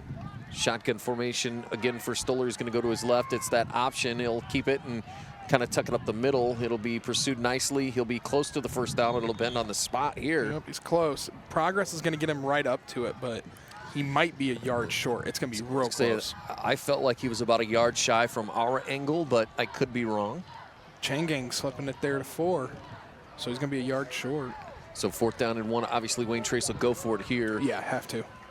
Down 21-7. I mean, it's kind of in that spot where if you punt it, you punt it, but you're just going to lose clock at that point. Honestly, 1 yard for this quarterback and how big he is, just go get the yard. If they were 30 yards back, maybe you consider a punt here. But and just like that, it's going to be a draw, and he'll have the 1st down, not by much. No, and you know what? That's almost given with how big he is. As long as he can get close to the line of scrimmage and his momentum's going forward, he's going to get 1 to 2 yards. So bigger on that one. Stoller up limping, slow to get up, and now limping.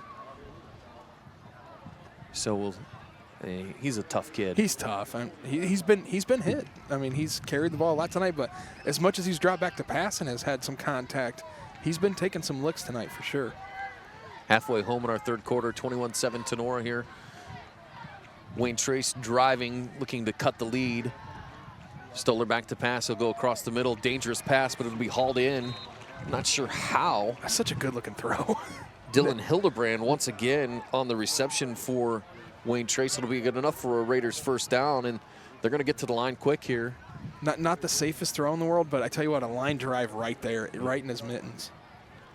To 28, so give him 12 yards on the 1st down catch, and the Raiders are in business here. They'll give it, nope, they're going to fake it on 1st down. Stoller will keep it, and it'll be read well by Tinora. Nice heads-up play there. Braden Rostai up from his linebacker spot, and he'll drop Stoller for a loss of 2. Tinora defense has been quick today. Just very impressive with as much yards and as many plays as they've been out there on the field for. They're going up and down the field, but they don't look tired. They're still quick to the ball. And they're hitting hard. And that's what you're used to seeing from a Tinora defense. Going out there and taking on the opponent, big, strong opponent, and hitting them hard. 13th play of this drive for Wayne Trace. Chewing some clock here. For sure. It'll be Antoine with it. He's going to get a couple, but he'll be well shy of that 1st down. Give him maybe 4. Yeah, depending on the spot here. You don't see a ton of urgency in the Wayne Trace offense, but I think that comes back to that's just how their offense is. They run at such a quick pace that it doesn't appear that they're moving very fast. It's not a Van Wert pace. No, definitely not. but they are snapping that ball around 15 to 20 on the play clock every single play. Stoller back to pass.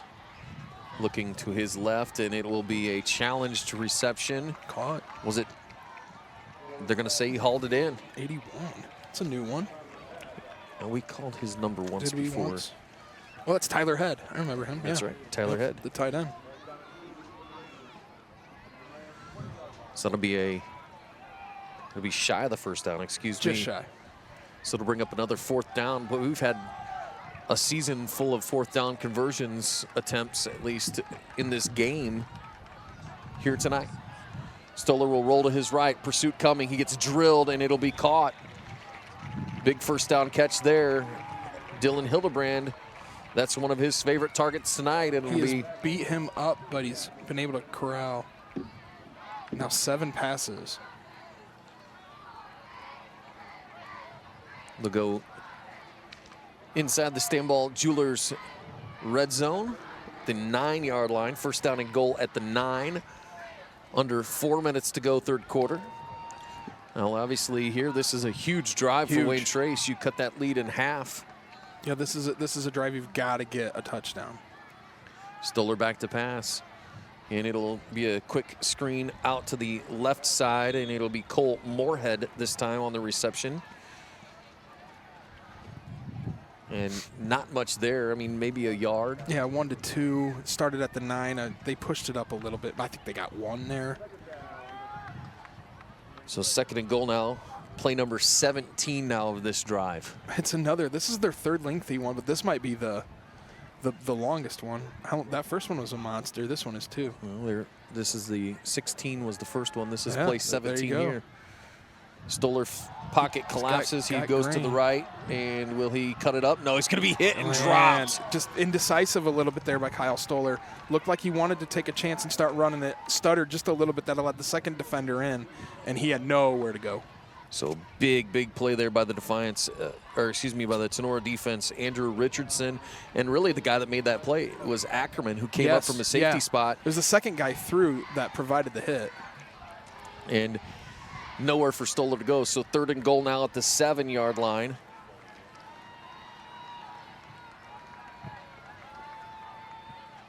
.2:30 to go, and Stoller will keep it. It'll go right up the middle. He's going to be hit short of the goal line. The second effort will get him close. He has taken a pounding. Kyle Stoller, tough kid. He keeps getting back up. So fourth down and goal now at the 3-yard line. He's carried the ball, it looks like 11 times, and he, like we said, dropping back to pass as much as he has. He's been hit quite a bit there, so a lot of pressure applied by Tinora to the quarterback. Stoller's continued to fight through that, and again, putting together another lengthy, consistent drive.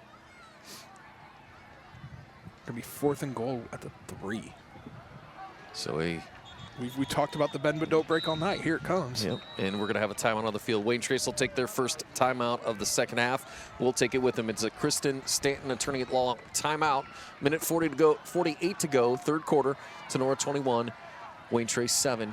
We'll be back. Fourth and goal from the 3 next on DCTV Sport.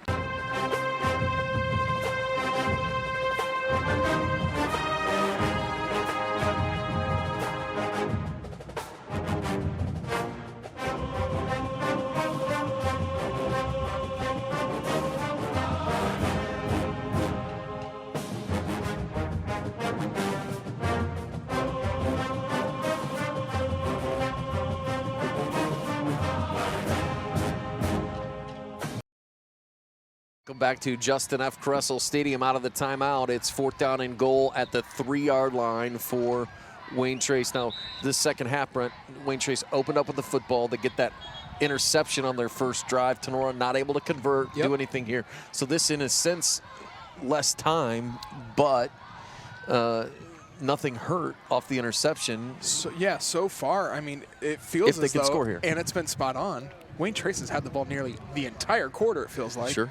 Minus a few plays from Tinora. But yeah, it's the field position battle that Tenora's won has forced them to run all this time off and yet still not be able to find Minute any 35 points. Is all that Tenora's had the ball for in this quarter. It's been very strange. Stoller will go to his right. All kinds of heat coming his way. Will he get there? And they will not. He will not. He's bend but don't break defense. Right there it is. And it will be a turnover on downs. A 19-play drive that started at their own 19-yard line, Brent. They needed 81 yards. They got 80. It's amazing. It really is to see this bend but don't break defense. I saw a couple of the linemen in there. I think 51, Alex Schablin in there helping out. So, I mean, just really phenomenal bend but don't break. It's been that story all night. Wayne Trace is running 4 times the plays. It feels like even more than that, you know. Yep. But 7 points is all they've been able to grab. And Tenora's they're kind of backed up to what we had Trace down here a little bit in the first half, a little bit further out. They're actually at the 2-yard line and not that 1-foot line. But and that tremendous punt in the first half. It was. A lot of room to go here. Coffin corner is what you called that one, I think he invented that on that play. So they'll just run it off left tackle to try and create a little bit of space. You don't want to take just much of a... Trying to get some room. That would be Gus Weiler with it on first down. Looks like he got, what, 2 or 3 maybe there? Maybe a yard. Yeah, it is, just one. So nothing's been easy. And you know what? Outside of a couple big pass plays, it's not been that easy for Tinora either. No. It's been really, for a 28 points so far, it's been a very defensively minded game. And that's been their challenge, is they just haven't been able to find their identity on offense. Right. And this is going to be close. Progress is going to keep him out of the end zone. Progress keeps him out, but he didn't move the ball forward. So dangerous spot here. And you look here, and we're about to have the first quarter all over again, where we just have a bunch of yards but a goose egg for points. And this becomes a dangerous spot. If Tinora cannot give themselves any more room here, your punter's going to be standing at the back of his end zone. And you're going to see Wayne Trace send 10 guys after him. Yeah, they will load up and come after him. You might, at that point, you might even send 11 guys. Yeah, we might get that. To be honest with you, you might get the house. The way it looks, we might get that on this end here if they run the ball.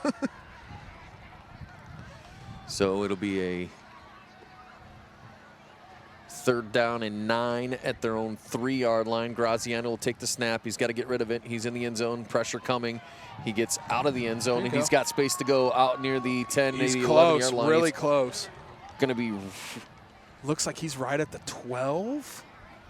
So it will be the end of the 3rd quarter, I can tell you that much. We'll get the exact spot when we come back. So we've played 3 quarters here at Justin F. Kressel Stadium. Tinora leads at 21-7.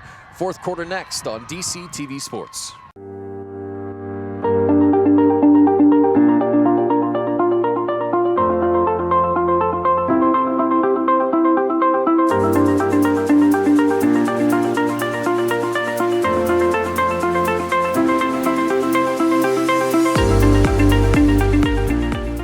On the punt. They got a punt. You have to, if you're Trace, you have to go after this. Oh, we're back. Okay. All right. That was a quick timeout. Quick timeout there. We were doing our own analyzing, so if you caught a little bit of that, you get to hear what the Dupes think they're going to do here. Yeah, you get to hear what we're thinking, and it's not intelligent by any means of the imagination. It's the excitement in my voice of them switching down to the side of the field we're at, and I'm like, they're going to go after this punt, man. I'm excited. I'm ready. So if you did, what we were trying to figure out, obviously the ball's spotted at the 11-yard line. Your punter is typically about 15 yards back. Just into the end zone, not even about halfway at the most. But if you're Wayne Trace, you're down 2 scores, you're on this side of the field, you got 12 minutes. This is where you have to make that big play. Even if he booms a 50-yard punt, you've still got the ball at midfield. Right. So why not send the house? You send everybody. I mean, you have a return man, and that's it. You can put the Stoller kid, the quarterback back there. You know, if he gets the ball, he's going to knock a couple tacklers down. So well, they'll send 2 guys back. A little surprised by that. So Trace will send Hudson Myers. Got the wind at the face of the punter here, too. Jude Stoller. And it looks like Bishop will be about 3-4 yards deep in his own end zone. This is a test for you. Punting into the wind, and if anything else, you're a teenage kid here. They did not send him. No pressure. They covered that kick. And they're thinking perhaps there's a Wayne Trace bounce. Big time Wayne Trace bounce. Tinora let it die, and that's not going to be what they wanted to see there. So the task, again, Brent, goes back to this Tinora defense. What can they do with it here? Because they're going to have a very, very short field to defend as Wayne Trace will come out here. 11:50 to go in the ball game. It's going to be a new test for them tonight, especially. It seems like they've given Trace nothing but long fields to go. So a shortened up field here. They've had the 36-yard line. Yeah, the bend but don't break all night. I mean, stick to it. You got to stop them. Hope you can run some clock off. So Wayne Trace will run it on first down. It'll be Antoine with it. Nothing fancy there up the middle. And again, if nothing else, if you're Wayne Trace here, you're just trying to get more Tinora defenders at the point of attack. Yep. Because right now they're efficient with 3 to 4 men pressuring. Very much, and they're able to slot the DBs back there and really make it difficult for Just 3 again this time, and finds a soft spot underneath. He'll complete it to Dylan Hildebrand again. It'll be about right at the first down marker. Yeah, and it looks it'll be like enough he got right to it. Yeah, yep. These big receivers have been really, really consistent. It's been simple plays, but they'll run the option left, and Stoller will keep it. It'll go inside the 20 to the 19, give him 6 yards on first down, and into the Stanball Jewelers red zone for the first time on this drive. Didn't take long to get there. No, when you start at 36, yeah, you don't have to go very far. So down at the 19-yard line now. It'll be 2nd down and 5. Antoine with it right up the middle. He'll be hit immediately and dropped. Gain of a yard, maybe 2. And again, the Defiance, or excuse me, the Tinora defense here just really able to do a lot up front with minimal personnel.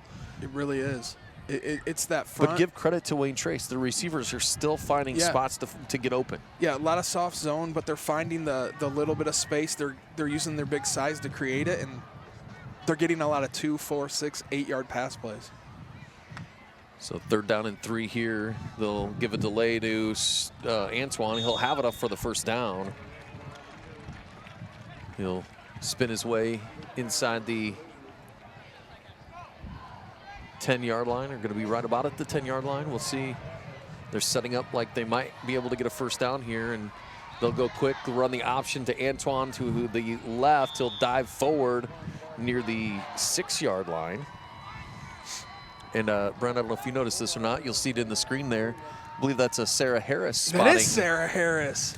On the sideline over there. Gotta like former member of the football show and photographer for the Columbus Clippers. So quick screen to the receiver. Ball's out. Ball's out. Penalty marker down as well. See who falls on it here. It looks like Wayne Trace will recover. They were trying a wide receiver screen to this right side. It was caught by Jude Stoller, but we'll see what the penalty marker is. The officials are talking about it. Yeah, it'll be definitely. It's going to be against Tinora. They're talking to the Wayne Trace player to see what they want to do here, it looks like. So it's going to be, oh, it's a hold against Wayne Trace. Okay. Wow. Wow. That's a little, yeah, it caught me a little off guard there. It looked like they were asking Wayne Trace what they wanted to do with it, but maybe they were explaining the foul, maybe. So they were inside the 10 there. That's going to push them back. What, not quite to the 20? No, about the 17-yard line or so. So 16-yard line. Stoller looking to pass. He'll be flushed out to his right. He's going to get rid of the ball, and it'll be, is it intercepted? It's picked off. I think it's going to be intercepted. No.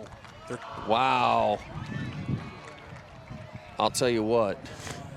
He took a lick. The quarterback is just getting up. Caden Radzik, I thought for Tinora, had that football. That was a pretty passive possession call, just to come up and point one direction. It looked like, I mean, you had tie, but you might have had Tinora with clear possession there. I don't know. They're a little bit closer to it than we are. Not much. For sure. 3rd down and 5, and the Stanball Jewelers red zone at the 8-yard line. They can get a first down at the 3, if you do the math. It'll be caught again by Hildebrand. And we'll see, did he have enough for the first down? I think he's going to be shy. It's like maybe at the 5. So, hey, Brent, guess what? 4th down? 4th down. It's been these 4th. Doesn't matter if it's 2 yards, 12 yards, 15 yards. They've been in these 4th downs all night. And another big opportunity for this Tinora defense. It seems like when the Rams get them down at the goal line, they've got these plays sniffed out. 4th and 2, we'll see here. 5 for the touchdown, but see if they can continue. Quick snap, they'll give it to Antoine up the middle. He'll go in, he's gonna be short of the end zone. He went down at the 1. Yep. They're gonna say just that. Wayne Trace wants the touchdown. He was short. Yeah, he was. We don't have instant replay, but if we did, we could show you. They're using quite a bit of clock in all of this. They're still down 2 scores.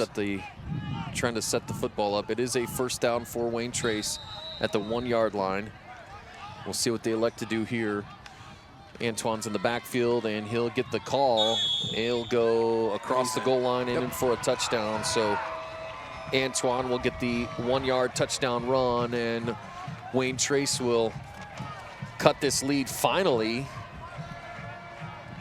with 7.5 minutes to go here in the ball game. It's Antoine with a 1-yard run. It's a tremendous job finishing off the run there. Punching it in, but a nice, strong, tough 1 yard for Antoine. Punching it right in. Cooper Winslick will try the point after here for Wayne Trace. Jude Stoller will hold. And the kick is no good. He yanked it to the left. He's going to keep it at 8 points. So the point after fails, but Wayne Trace cuts that lead down 21-13. Back with more after this on DCTV Sports.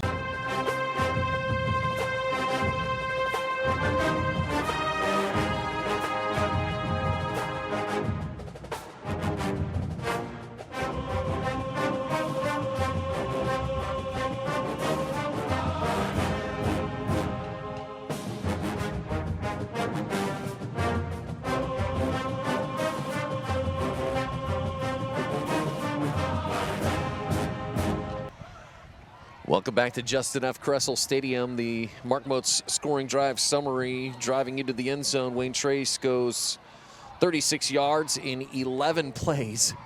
Didn't seem like 11 plays, did it? 36 yards, 11 plays. 3 minutes and 20 seconds, capped off by a 1-yard touchdown run by Tucker Antoine. The point after, no good. So the score now 21-13. Again, our Mark Moats forward scoring drive summary. You know, after what we've seen all night, that makes sense for under 40 yards and needing 11 plays. But it's methodical, but they're good at it, and they've been able to move the ball and get yardage. It's just only the second time tonight they've been able to finish it off. The bigger question here is the Tinora offense has really done nothing. Yeah, they really, deep down, outside of a couple big pass plays, it's been a little stagnant for Tinora. They've had a total of 6 plays in this second half. Insane. 2 3-and-outs. That is, you got to string at least a couple first downs here, at least to get some space. Ball goes off the foot of the return man inside the 5. This is dangerous, and they will have, again, rough starting field position. Sure. Trenton DeLarber went down to scoop that. Brett hit his toe. Shot backwards. Was able to at least save it with a small return to give you a little bit of space. So 7:25 to go in our ball game. Tinora will take over deep in their own territory. That'll be at the 12-yard line. So a first down and 10 for the Rams at their own, 17-yard line. It's hard. I got you on that angle here. It is tough from here. So you think probably run on first down to get that clock rolling? I mean, you would think. Gus Weiler with it off right tackle. I don't think Coach Becker's looking here to get uber conservative, but you're going to do the smart thing, get the clock rolling, try to get a safe first play. Well, that's a nice, solid gain on first down. You want to stay ahead of schedule here. Yeah. You don't want to get behind the chains.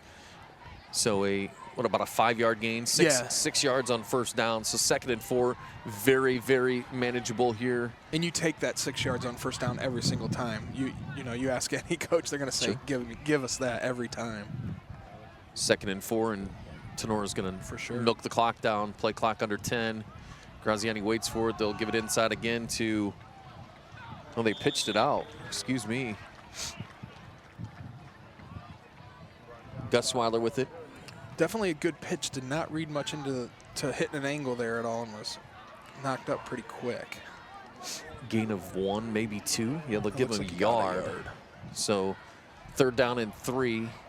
And if they cannot convert here, you're going to basically spend another minute and a half off the clock here, Brent. And Wayne Trace going to have decent field position again with plenty of time on that clock. I think keep an eye here on the legs of the quarterback of Graziani. I think this is your play where you want to look to roll out a little bit, read what you can get, and if there's space, run. So Graziani will keep it in a designed run off the right, and second and third effort, he dove forward. We're going to see where they put it down. It's enough for a Tinora first down. They're moving the sticks there, and that's a huge first down. Their first down of the second half for this Tinora offense, Brent, and that is a huge one because it keeps possession. Yeah. And you're looking at another 2 minutes just on that. Minute 40 to 2 minutes. Now, the only thing here is if you're Wayne Trace, you know you're going to get a heavy dose of the run here. Yep. They're going to start loading the box. You're going to start loading the box up, which we've already seen them doing anyway. So now you've got 3 down linemen, and their 5 linebackers are snug right in behind, expecting run here. 2 backs in the backfield. It'll be Gus Weiler with it, second man through. He'll dive forward for a couple of yards. And Gus Weiler's doing exactly what you want. You're going to your trusted back there. You're going to your spot to get positive yards. If it's 1 yard, it's not a loss. You're maintaining possession with the clock rolling and getting positive yards. And I think that's what you're going to see another run, I would imagine, here. At some point in this drive, I think for Tinora, they're going to have to throw the ball. But I think Coach Becker's going to push that off as long as he can. So, again, taking their time, play clock at 10. Graziani's not even looking to snap it. And they'll fake the jet sweep. Graziani keeps it up the middle. He'll go out across the 35. He's going to have a nice solid gain. He's going to be shy of the first down, but it puts him in third and much more manageable here at about a 3rd and 5 probably. And we saw last time there on 3rd and 3, I believe it was, maybe 3rd and 4, go with the quarterback run. Back-to-back here, I don't know if they're going to try to read with a direct quarterback keeper. 3rd and 5, you're in a little bit of a pickle back here. Clock spinning near the 4-minute mark. Time remaining in the ball game. Tinora 21, Wayne Trace 13. 3rd down and 5 at the 35-yard line for the Rams. Single back in the backfield, and they'll just give it right up the middle. It'll be Geisinger this time, and he has nowhere to go. Yep. Joey Geisinger might have got a yard. So give him a yard. It'll be 4th down and 4, and an obvious punting situation here for the Rams. Yeah, you have to. Now you're looking at Jacob Bishop, who, he's had he had the one big punt in the first half, but last punt was not that great going into the wind. And you have this going into the wind. A little more space, that does help, but you need to get a good clean kickoff here. The snap is going to be huge. We've seen them struggle a little bit. Both sides really struggle with the snap on a punt, so if you can get a good clean snap, get a good long kick, is what you're looking at. And Wayne Trace will be setting up for a return here, and he boots this one away. A little bit better punt this time, but it's short, and it takes a Wayne Trace hop, and it'll die down near midfield. So looked like it might have caught the side of his foot. 15, 20-yard punt. Side of his foot. It's the only thing I could see there. So the Wayne Trace offense will come onto the field here, Brent, and 3 minutes to go. That's more than enough time. 3 minutes, 2 timeouts. In 3 minutes, they can run about 28 plays with as quick as they run them and how they manage the clock and the sidelines and moving the sticks. So you can tell that offense is fluid. They know what they're doing. But it's, Josh, we had the missed extra point, too, on the last touchdown. So even a full drive down, you're going to be set up with having to go for 2 just to put yourself in position to tie the game. So the Tinora defense will be tested here. Stoller will roll to his right and looking to throw on 1st down. He wants it all right away, and he will not have an intended catch there. Looking for Jude Stoller. Great coverage. I know the Wayne Trace faithful are not happy about that one, but I'll tell you what, Dominic Graziani was on coverage there, and I didn't see anything that would tell me that a flag should come out of the pocket there. I think it was close. It was good coverage. There's definitely some bump. Did go a little bit both ways. If you like players to, decide these games, I think that's a good no call. Well, and we haven't seen it called all night. Right, and that's a great point, too. You had the one pass interference in the end zone, which was blatant. I mean, he yanked him down from the back. So for sure. It's a great second play. and 10 here. Little delay give to Antoine. He'll get about 2-3 yards. Wayne Trace rolling the dice. They're going for it all on 1st down. Yeah, I mean, you like to see it. You like to see them take the gamble there and try. It's not been much of their game tonight throwing it long. They have a little bit, but, trickery there a little bit. 3rd and 7 here. Stoller back to pass. Protection holds. He'll go across the middle. It'll be picked off in and out of the hands of a defender, and Trenton DeLarber will intercept the pass. And a huge defensive play here for the Tinora Rams defense once again. And You get the DeLarber interception there and the ability to get a couple steps down the field. You're now in position to take over on offense about where you had punted the ball in the last possession. It's almost just running that clock a little bit more now, forcing Wayne Trace is going to have to start using their timeout. So a second turnover of the night, the second interception of the night for Kyle Stoller, and you know, not necessarily his fault, tipped by the receiver. Yeah, no, it's great play. I give credit to Trenton DeLarber. Concentration there, able to haul that one in. For sure. So the Rams will come out. You can expect a heavy dose of the run here. Geisinger will have it on first down. He'll get a yard or so, and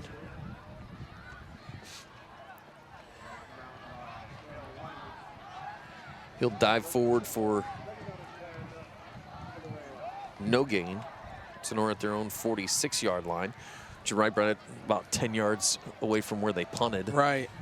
I think you're going to see after this play, especially if there isn't a ton of yardage, I think you're going to start seeing Wayne Trace use their timeouts here. They definitely were setting up with that stop to let the clock roll.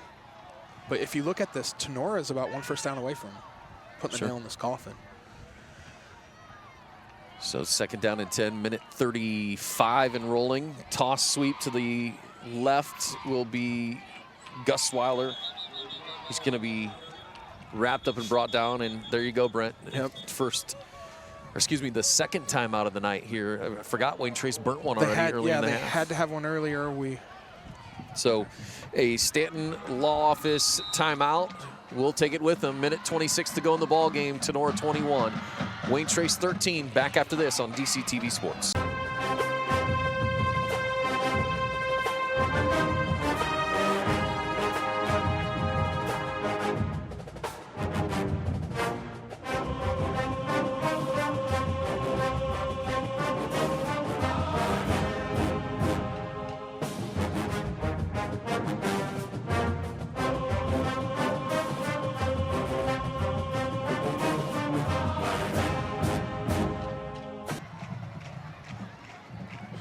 Welcome back to Justin F. Kressel Stadium here at Tinora High School. Josh Bush, Brent Round with you, DCTV Sports crew here tonight. Tinora 21, Wayne Trace 13. Minute 26 to go. Wayne Trace down to one timeout, Brent, and a first down here ends the ball game. Yeah, you got the first down run for no gain, the second run there by Gus Weiler, able to get 4, so you're in a manageable position. They're going to run the ball here. If you pick up the yardage, you'll have the timeout, you'll be able to knee it out. If they don't, you'll have the timeout, and you're going to have a decision to make if you're Tinora. Depends on how much you get here. You know what? If you get over half this, they may consider keeping that ball and trying. They could. They could.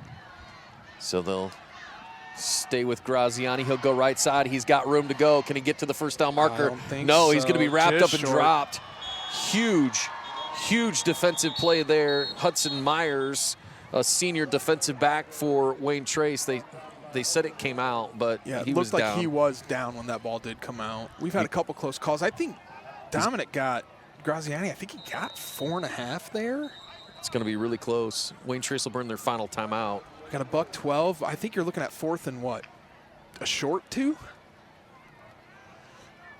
So it's a decision time. 4th down and 2 here for Wayne Trace. We'll keep it here. A Stanton Law Office timeout. Minute 12 to go.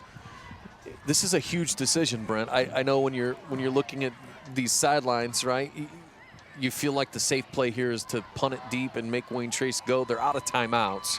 Yeah, I think minute that's 12 the to go. safe play. I think in this instance you keep your offense on the field. And we'll see, but they haven't had a ton of success punting the ball.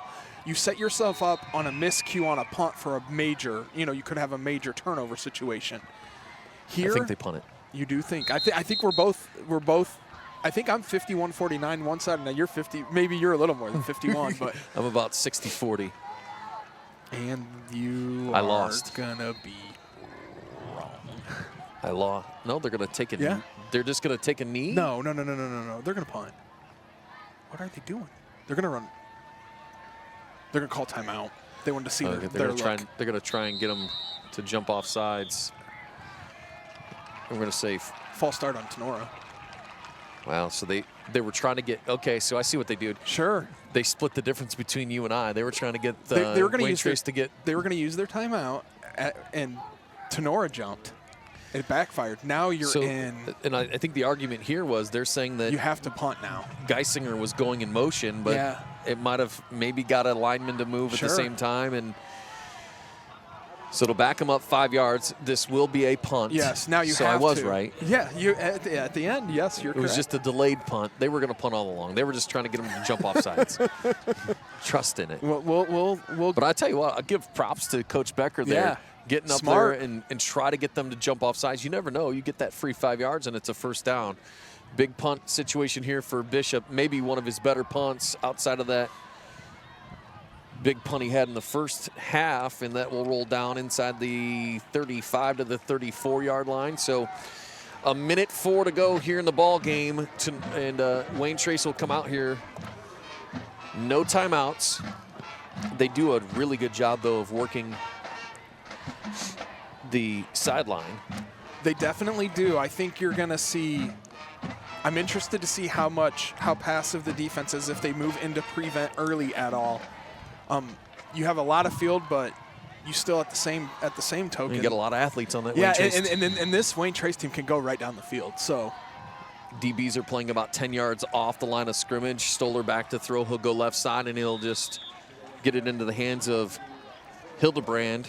He'll tiptoe and go out of bounds. So completion and stops the clock. And there's the danger when you play off, Brent. It's not so much that you're going to chunk a bunch of yards off here, but you're going to be able to move like Wayne Trace does. And if they can get out of bounds. Same play. And Hildebrand will just take it and step out of bounds again.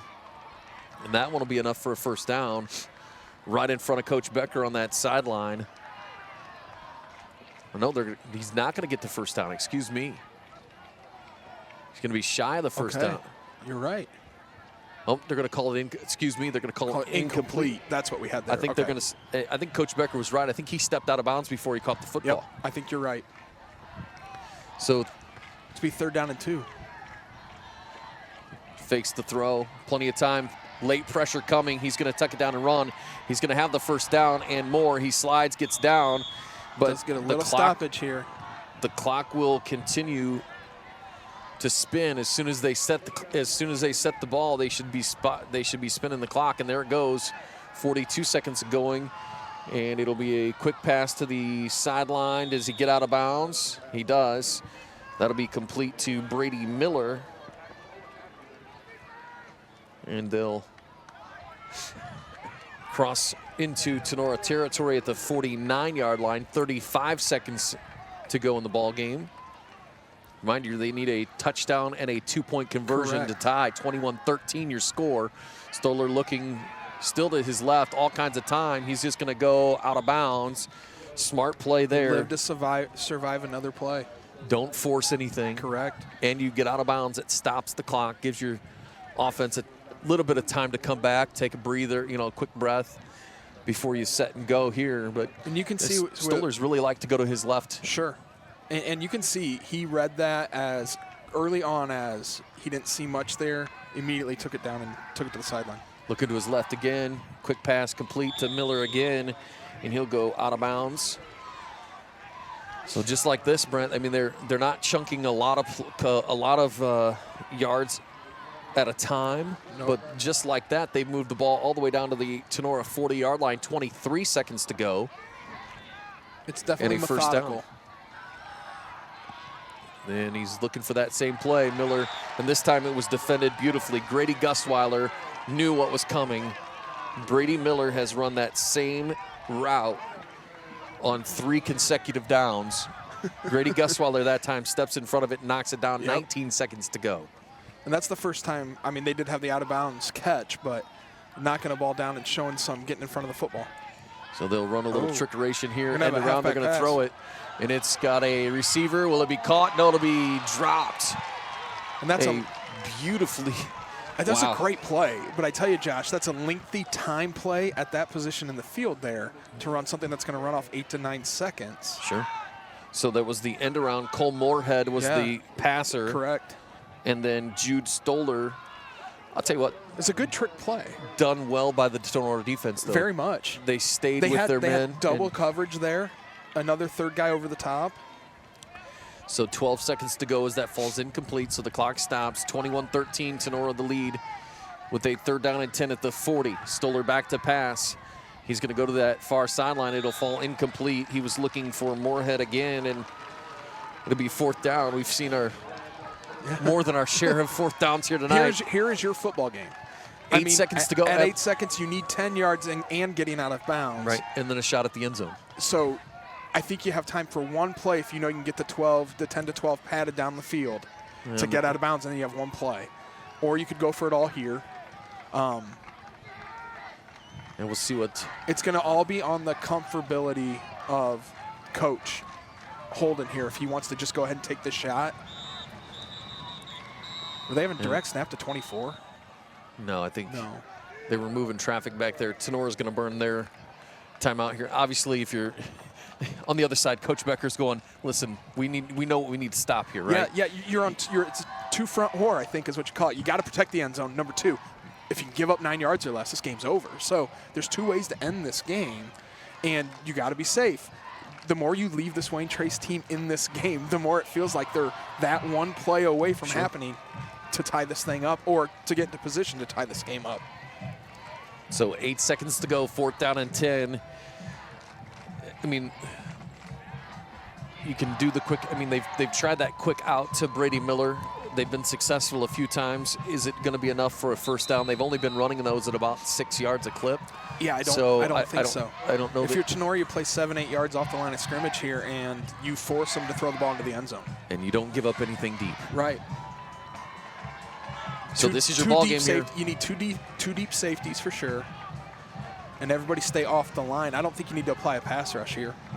8 seconds to go. 21-13 Tinora ball game on this play. Potentially 4th down and 10 at the 40-yard line.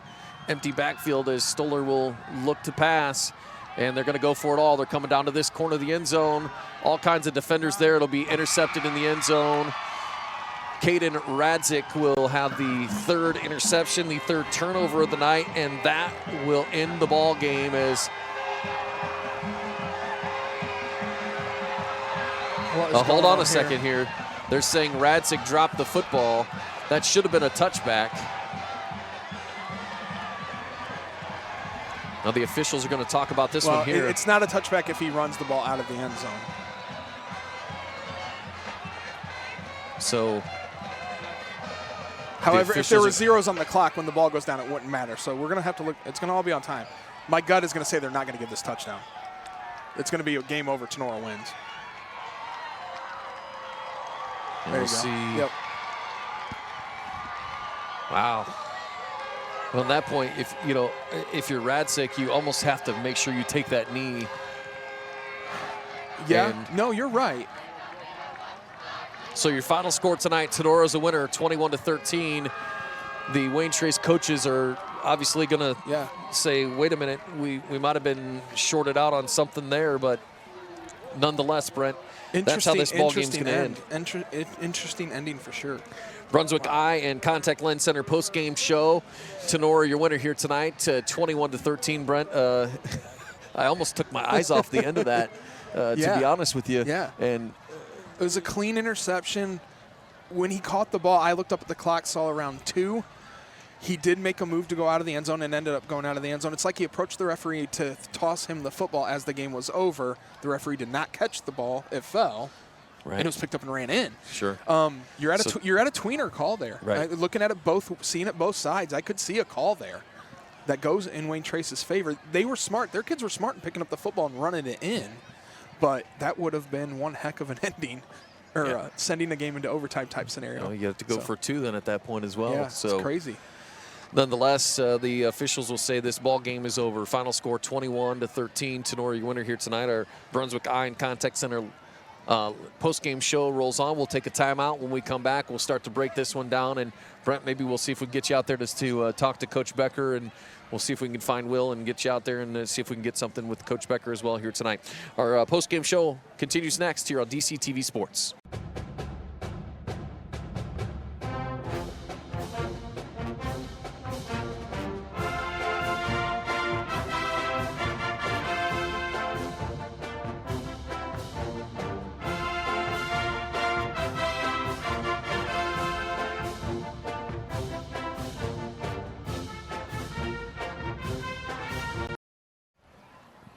Welcome back to Tinora. The Rams your winner tonight by a final score 21-13 on a little bit of a dramatic end there, Brent. Our Brunswick Eye and Contact Lens Center post-game show rolls on here from Justin F. Kressel Stadium. Let's take a quick look at some final numbers here tonight for this one. Crazy on the difference in numbers here, but looking at the Wayne Trace side, running the ball was key for them a little bit early. They threw a ton of passes. Tucker Antoine running the ball 48 yards on the night, also had a 1-yard touchdown in the second half. Kyle Stoller rushing the football had 67 yards, had it on 17 carries, and he has been he's the guy who touched the ball the most as the quarterback, was involved in as many plays as anybody. Tonight, passing the ball for Kyle Stoller, impressive numbers, 226 through the air and 42 pass attempts, which is, a large amount, definitely in a high school game. You saw a bunch of different receivers get their hands on the ball, running through totals for Wayne Trace. Jude Stoller, 27 yards. Moorhead had 53. Miller had 42 yards. Antoine out of the backfield to go with his rushing yards, also had 3 catches for 17 yards. Dylan Hildebrand snagged 10 balls today for 73 yards. So Head also had 2 catches for 14 yards. Overall, numbers all over the place for Wayne Trace. And looking at the Tinora side, the numbers don't match so much the score. Looking at the running backs, you saw a pretty heavy dose of Grady Gusweiler, 47 yards on the ground tonight. Dominic Graziani, the quarterback, also added in 48 yards. He was effective there, especially on some big second and third downs, getting first downs. Geisinger added a nice only 4 yards. He did touch the ball. Looking back at it here, we've got 14 yards. Did touch the ball quite a bit there in the second half. Receiving the ball, Owen Ackerman, 2 catches, 68 yards, 2 touchdowns, had the 2 big plays. Also a big interception earlier in the game. Caden Radzik with 1 catch for 22 yards. Dominic Graziani, 90 yards through the air, 3 completed passes, and 3 completed passes, 2 of them for touchdowns, both 34 yards to Owen Ackerman. So if you look at the stats, you probably feel like it's a situation of, Tenora's probably going to be on the wrong end of this one. Sure. And just how the game played out turned out to be different. Final stats tonight here on our Brunswick Eye and Contact Lens Center post-game show. We'll take another timeout. When we come back, we'll start to wrap this one up, and we'll try to get some comments from head coach Eric Becker as we continue with our post-game show here from Tinora on DCTV Sports.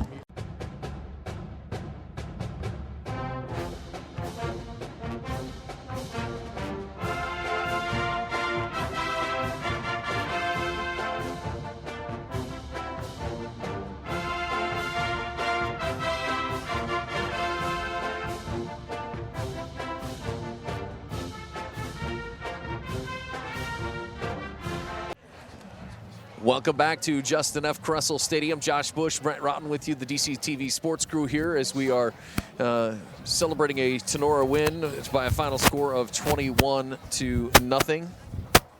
And looking at your scoring here tonight. Wow. There we go. Looking at the scoring here tonight, the first quarter was honestly scoreless as nobody was able to punch it in. Second quarter got started quickly, just 6 seconds into the second quarter. Tenora's quarterback, Dominic Graziani, found Owen Ackerman for a 34-yard touchdown pass. Point after was good, and they score 7-0 Tinora. They'd strike again on a Graziani 1-yard touchdown run. Point after good, 14-0 Tinora, 7:57 to go in that second quarter. Wayne Trace would get on the board then as Kyle Stoller found Jude Stoller on a 9-yard touchdown pass. Point after was good, cut the lead to 14-7, but Tinora would answer right back. A minute 52 to go before halftime. Graziani to Ackerman, 34 yards again. Point after was good, 21-7. And our only other score came in the fourth quarter. 7:31 to go as Antoine, a 1-yard touchdown run. The point after was no good, and that gives us our final score of 21-13. We've attempting to get some comments from head coach Eric Becker here as we've sent Brent out to track him down, and we'll see if we can get a couple of comments from him. And on the far sideline over there, I think we've got him. And we'll Brent Roughton standing by with Victoria's head coach.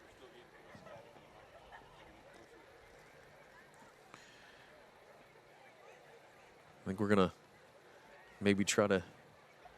So your Tinora, your winner here tonight, 21-13. All right, so We're getting set. All right, let's send it over to Brent Routon, who is standing by with Victorious head coach Eric Becker. And we're back here post-game with Coach Becker. I just wanted to say good win tonight. Talk a little bit about what you were able to do. We talked about it a lot on the broadcast, a little bend but don't break defense. We gave up some yardage. Certainly we're on the field for quite a few more plays on defense. Just talk about what your boys were able to do when it got tough there and coming up with stops. We knew they were going to have to drive the ball down the field, throw the long ball. The run defense was pretty stout again. I know we gave up a little bit here and there. Their speed option kind of pickled us a little bit, but we knew for them to get down the field, they're going to have to throw the ball long. So just kind of bolstering the back end a little bit and making them throw the ball underneath and just keeping the clock running. Sure, definitely. And then on offense tonight, you're able to complete a couple big passes for some big plays. Just talk about what the game plan was going in and what you were able to execute to go forward and get a W tonight. Going in, we knew we want to run the ball. We want to pound the ball a little bit. Real quick, we noticed when we were going single receiver, didn't have a safety in the middle of the field. So that's why we started attacking down the field. We've seen that it was open and they weren't going to it. Now eventually they did bring a guy up for bump and run on it, but damage was already done. Sure, definitely. Talk a little bit about what happened on the last play down here with the interception in the end zone. We know it got a little goofy. We were trying to even figure out what was possibly going on. Just want to get your take on what happened. He picked it. It sounded like the official blew the whistle for the play dead. Him being the athlete and the kid he is, he was just going to hand them their ball back. That's all he was thinking in his head.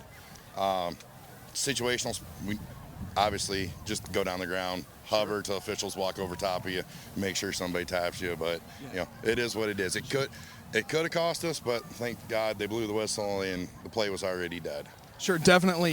Just want to congratulate you on a win. Tremendous victory. Move to 500. I know we're going a different direction. We're going forward and all of that. So just want to say congrats and good luck next week. Thank you, sir. Thank you very much. All right, that's Eric Becker, head coach of the Tinora Rams. A win tonight, 21-13 over the Wayne Trace Raiders, and they will improve now to 3-3 on the season, 2-1 in the Green Meadows Conference. For Wayne Trace, they fall to 3-3, 2-1 in the Green Meadows Conference. Our Brunswick Eye and Contact Lens Center postgame show rolls on. We'll take another timeout. We'll wrap things up next here on DCTV Sports.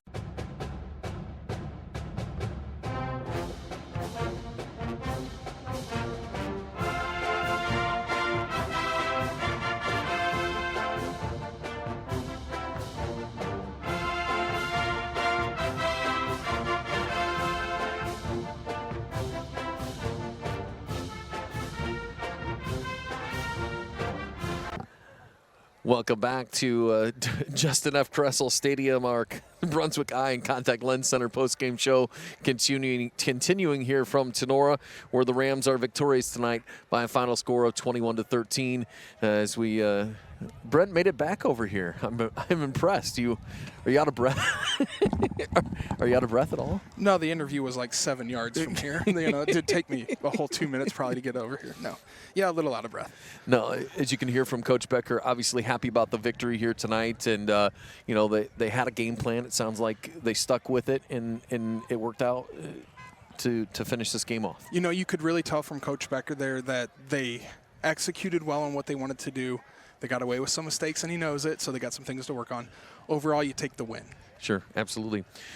Well, for like I said, for Wayne Trace and Matt Holden, 3-3, 2-1 in the Green Meadows Conference. Right. I mean, you're still in a good spot. They've got no easy test next week. They go on the road to Antwerp. Yeah, that's the big game, and that's going to be pretty much everybody's big game this year is when you go to play Antwerp. Anybody who's able to get a victory against them, it's going to be huge, going forth for the league title and as well as obviously for computer points. So sure, big one for them. They're going to have to rebound, play a little bit tighter game.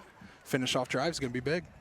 For Eric Becker and this Rams team, now 3-3 and 2-1 in the Green Meadows Conference. Next Friday night at Ayersville, the rivalry game next Friday night. So a big one there for the Rams. But for Becker, for Coach Becker and this squad, this is a big confidence builder here to knock off a good Wayne Trace team. We talked about it going in that the winner of this game was going to get a little bit of a catapult in terms of you're going to get the middle to upper end of the spectrum teams was going to be Wayne Trace, Tinora, and who's going to take that step and get up into that upper class. So big win by Tinora tonight. Wayne Trace played a great football game.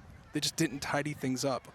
But you got that big time rivalry game next week. So if Tinora can roll with this momentum, it's going to be huge. 3 turnovers here tonight, 3 interceptions. A couple of them big spots. Yeah. No turnovers good, but a couple of them in some pretty rough spots here tonight for Wayne Trace. And you look how many times they throw the ball. I mean, just sheer numbers, you're going to have some interceptions thrown at that much. Yep. But they're 1 interception less away from probably having a legit shot to win this game. So it does end up being a huge part in what the final outcome was. They lost by 8 points, 1 possession, turned it over 3 times. You change one of those, you're probably in business. Look, some candidates now for our Steichman Automotive Group Player of the Game. Let's start with Wayne Trace, Brent, a couple of guys. I'll give you one. Kyle Stoller. I'll tell you what, that man is, that young man. Not only does he throw a nice, strong, accurate football, but he does a lot of things with his feet. Yeah. And he makes plays, and he doesn't make silly plays for this team. He's very controlled and maintained. I think he's probably a guy where you could preempt your player of the game every week they play with. He's going to be a candidate, as heavily involved as any quarterback I've seen in a long time is. But, he mixes it up to receivers. They're able to run a little bit off of that. But Kyle Stoller played tremendous tonight. Thrown for 226, it felt like he threw for 450 yards as much as they threw the ball. But was able to only, the biggest thing was not convert the touchdowns. So, looking at him, looking at the receivers, Hildebrand played good. Ton of catches in the second half. Sure. He was a little quiet in the first half, but was able to, corral out 10 catches, which is a great night for anybody. Jude Stoller had the touchdown through the air early on. And then the running back, Tucker Antoine, also had a touchdown. You look at those guys, they were the keys on offense. But overall, if you're looking at their team, you got to lean on Kyle Stoller as probably the lead candidate. Go to Tinora, and I'll tell you what, defensively tonight, you got so many guys that you could look at on the defensive side of the football. Braden Rostai, Gus Weiler played a good game on both sides of the football. How about the front 3? I mean, what they were able to accomplish, just the 3 of them, the pressure, contain. I mean, they did a lot of good things up front. We talk all the time about how you can go into a game with a good idea of who's going to be the key players. Tonight, it was all over the place for Tinora. Radzik had a big play late. Was good through the air, had some big plays. You look at what Gus Weiler was able to do both sides. Tremendous play. Graziani, offensively, playing quarterback, had that big defensive play in the secondary. And then you have the big guy tonight was DeLarver. Just played great, too. So how about this? Owen Ackerman tonight. I know. It's an interception, 2 catches, both touchdowns. And I'm leaning towards that. 2 34-yard touchdown passes. He had the interception early in the game. You okay with Owen Ackerman? I think we always try to save the guy for last who we're leaning on. I was waiting on him for you because he had 3 big plays tonight. It seemed like every Tinora player that was on the field had at least 1 big play and maybe 2. He had 3. And it wasn't just the 1 interception. He had a lot of defensive touches on there. He just goes after that ball. Owen Ackerman, our Steichman Automotive Group Player of the Game. We'll set him up with a pizza courtesy of Padronis and Steichman Automotive Group. Our Player of the Game, Owen Ackerman, here tonight, the Tinora wide receiver and defensive back. I want to say a big thanks to Jake Essig and everybody here at Tinora for welcoming us out once again. It's always good to get back here out to Ram Country, Brent. Yeah, it is. Wayne Trace at Antwerp next week. Doesn't get any bigger than that league-wise for the Raiders, so it'll be a tough test there. We're going to see these Rams again next Friday night as they head to Ayersville for the big rivalry matchup against the Pilots of Ayersville. It's going to be a game. It's going to be one. Doesn't matter how good or bad you are each year. You have a good year when you win that game. So for both sides, Ayersville and Tinora. And at last check, I believe Ayersville was winning last time I looked, but I will pull that up again. Maybe. It will not load. Yeah, no. Of course it won't when we need it. No, it's popping up here. Defiance opened it up in the second half. Yeah, we saw that. Ayersville 38-14 over Hicksville, and that's a third quarter score. So probably a little later in the game than that. So we'll assume that if Ayersville can hold on there, we'll have a couple of teams coming off wins next Friday night. Yep, so definitely. Big thanks to Jake Essick again here at Tinora and the entire folks out here in Ram Country for welcoming us out. On behalf of our entire production team, this is Josh Bush and Brett Routon saying goodnight from Tinora, where the Rams were a winner tonight, 21-13 over the Wayne Trace Raiders. You've been watching high school football tonight on DC TV Sports.